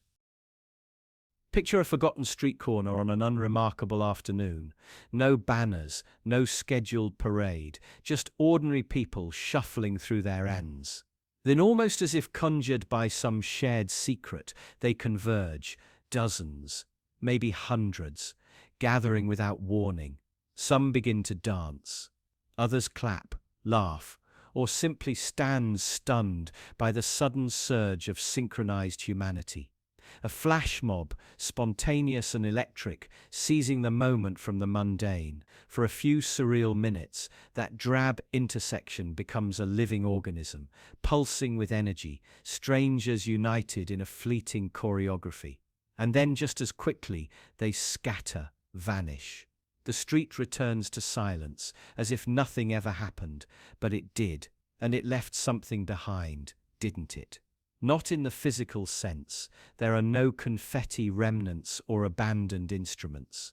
What remains is deeper, hidden in the neural pathways of every unsuspecting witness. A strange imprint of awe and confusion, the echo of a phenomenon too abrupt to rationalize. That single inexplicable event becomes a private ghost, haunting them in flashes. A dinner conversation weeks later, the brief tremor of goosebumps when someone mentions public gatherings, or that odd sensation of anticipating music in a crowded place for no reason at all. What's fascinating isn't the flash mob itself. These spectacles have been orchestrated countless times, from elaborate marketing stunts to earnest artistic expressions. What's haunting is how this particular one dissolved without trace. No viral video, no social media hashtags, no organized group stepping forward to claim responsibility. It existed purely in the moment, a collective hallucination, given flesh for only as long as it danced, then whisked back into obscurity. Try searching for it.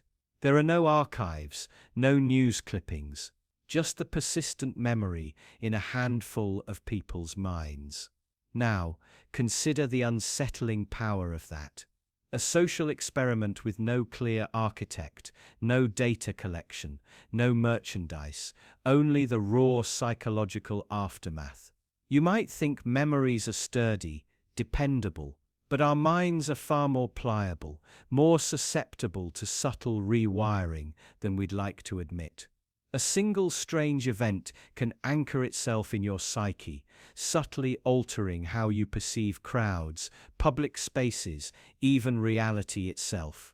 That one day you glimpsed something wildly out of step with the expected, your brain stored it, like a corrupted file, and it occasionally infects your calm, reminding you the world isn't always as stable as it pretends to be. Imagine how much more profound this becomes when the event can't be externally validated. When you say to a friend, "Do you remember that flash mob on King Street?" and they blink back at you blankly, no recollection at all, doubt creeps in. Were you mistaken? Did you misinterpret a mundane scene?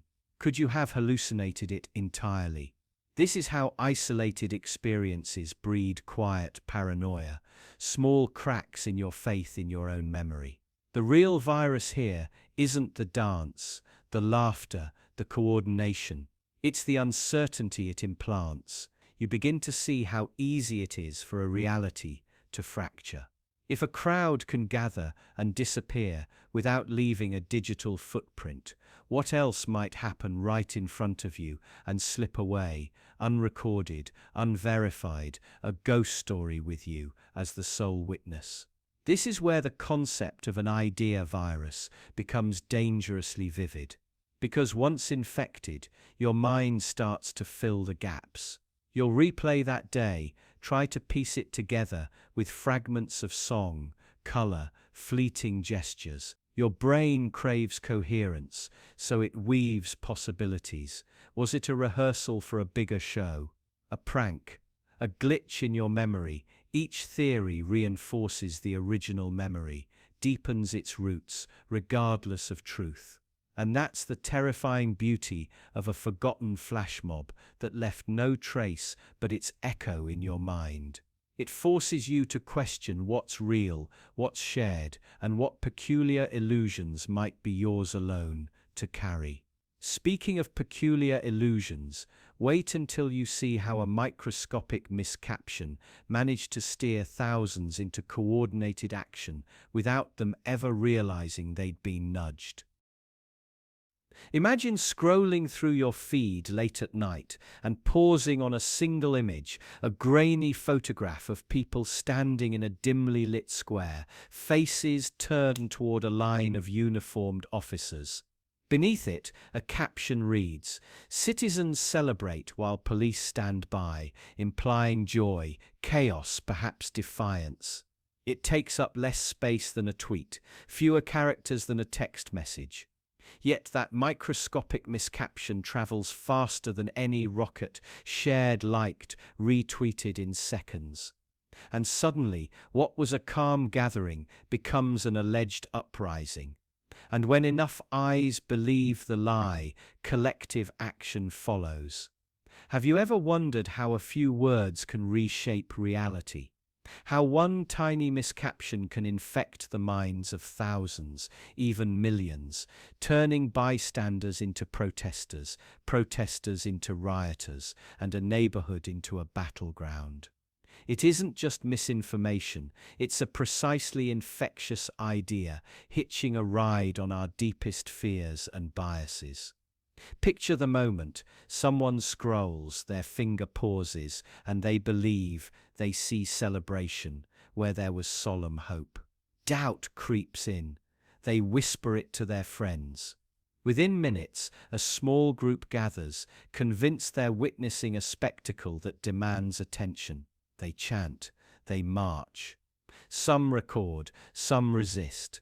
Emotions spike. The original context, people simply waiting for permits to be approved, gets lost in the roar. Why does this happen?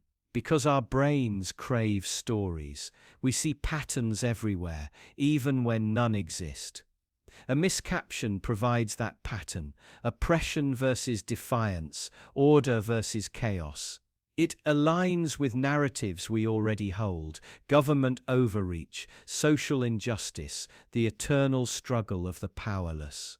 When a caption ticks those boxes, we latch on.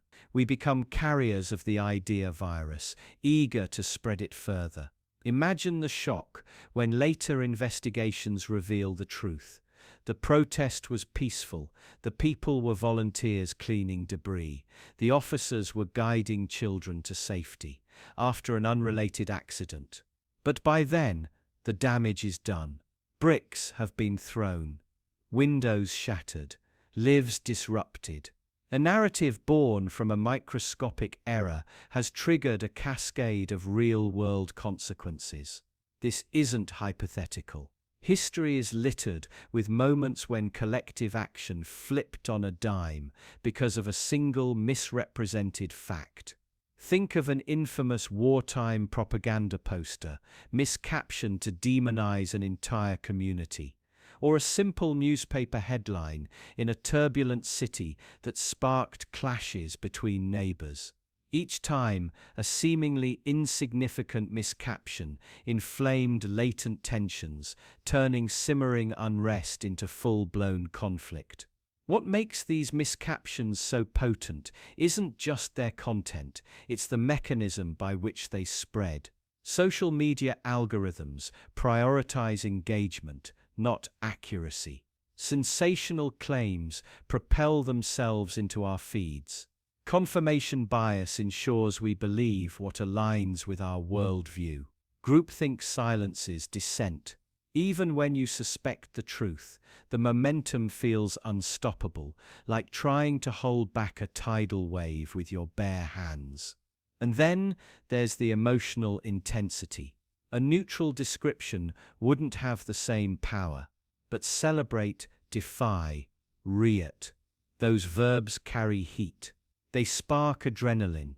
They trigger your brain's fight or flight response. Suddenly, you're not just an observer, you're a participant in an unfolding drama. You want to act. You want to belong to something bigger than yourself. And that's precisely how idea viruses hijack our emotions. Pause and consider your own reactions. How often have you shared something impulsively before verifying? How many times did you look back and cringe at what you forwarded? Yet each share seems small, insignificant. Just one click. But multiply that by thousands of users, and you've engineered collective action without ever leaving a chair. The worst part is that debunking rarely undoes the harm. Corrections arrive too late, buried beneath the deluge of the original lie. The myth grows roots in public consciousness. Some will cling to it, even when faced with evidence. Cognitive dissonance kicks in. Admitting a mistake feels like betraying their own judgment, so they double down. The viral idea cements itself further. So how do we fight back against these microscopic miscaptions? With vigilance, yes, with media literacy and fact-checking tools. But deeper still, with an awareness of our own psychological vulnerabilities. Recognize that a clever caption seeks to steer your emotions. Ask yourself, what narrative is this image pushing? Who benefits if I share it? What's the real context behind these pixels and words? This is the new battleground: ideas, images, captions. And we're all on the front lines, armed with smartphones and biases. The smallest miscaption can tip the scales from peaceful assembly to violent upheaval. Understanding that power is the first step to resisting it.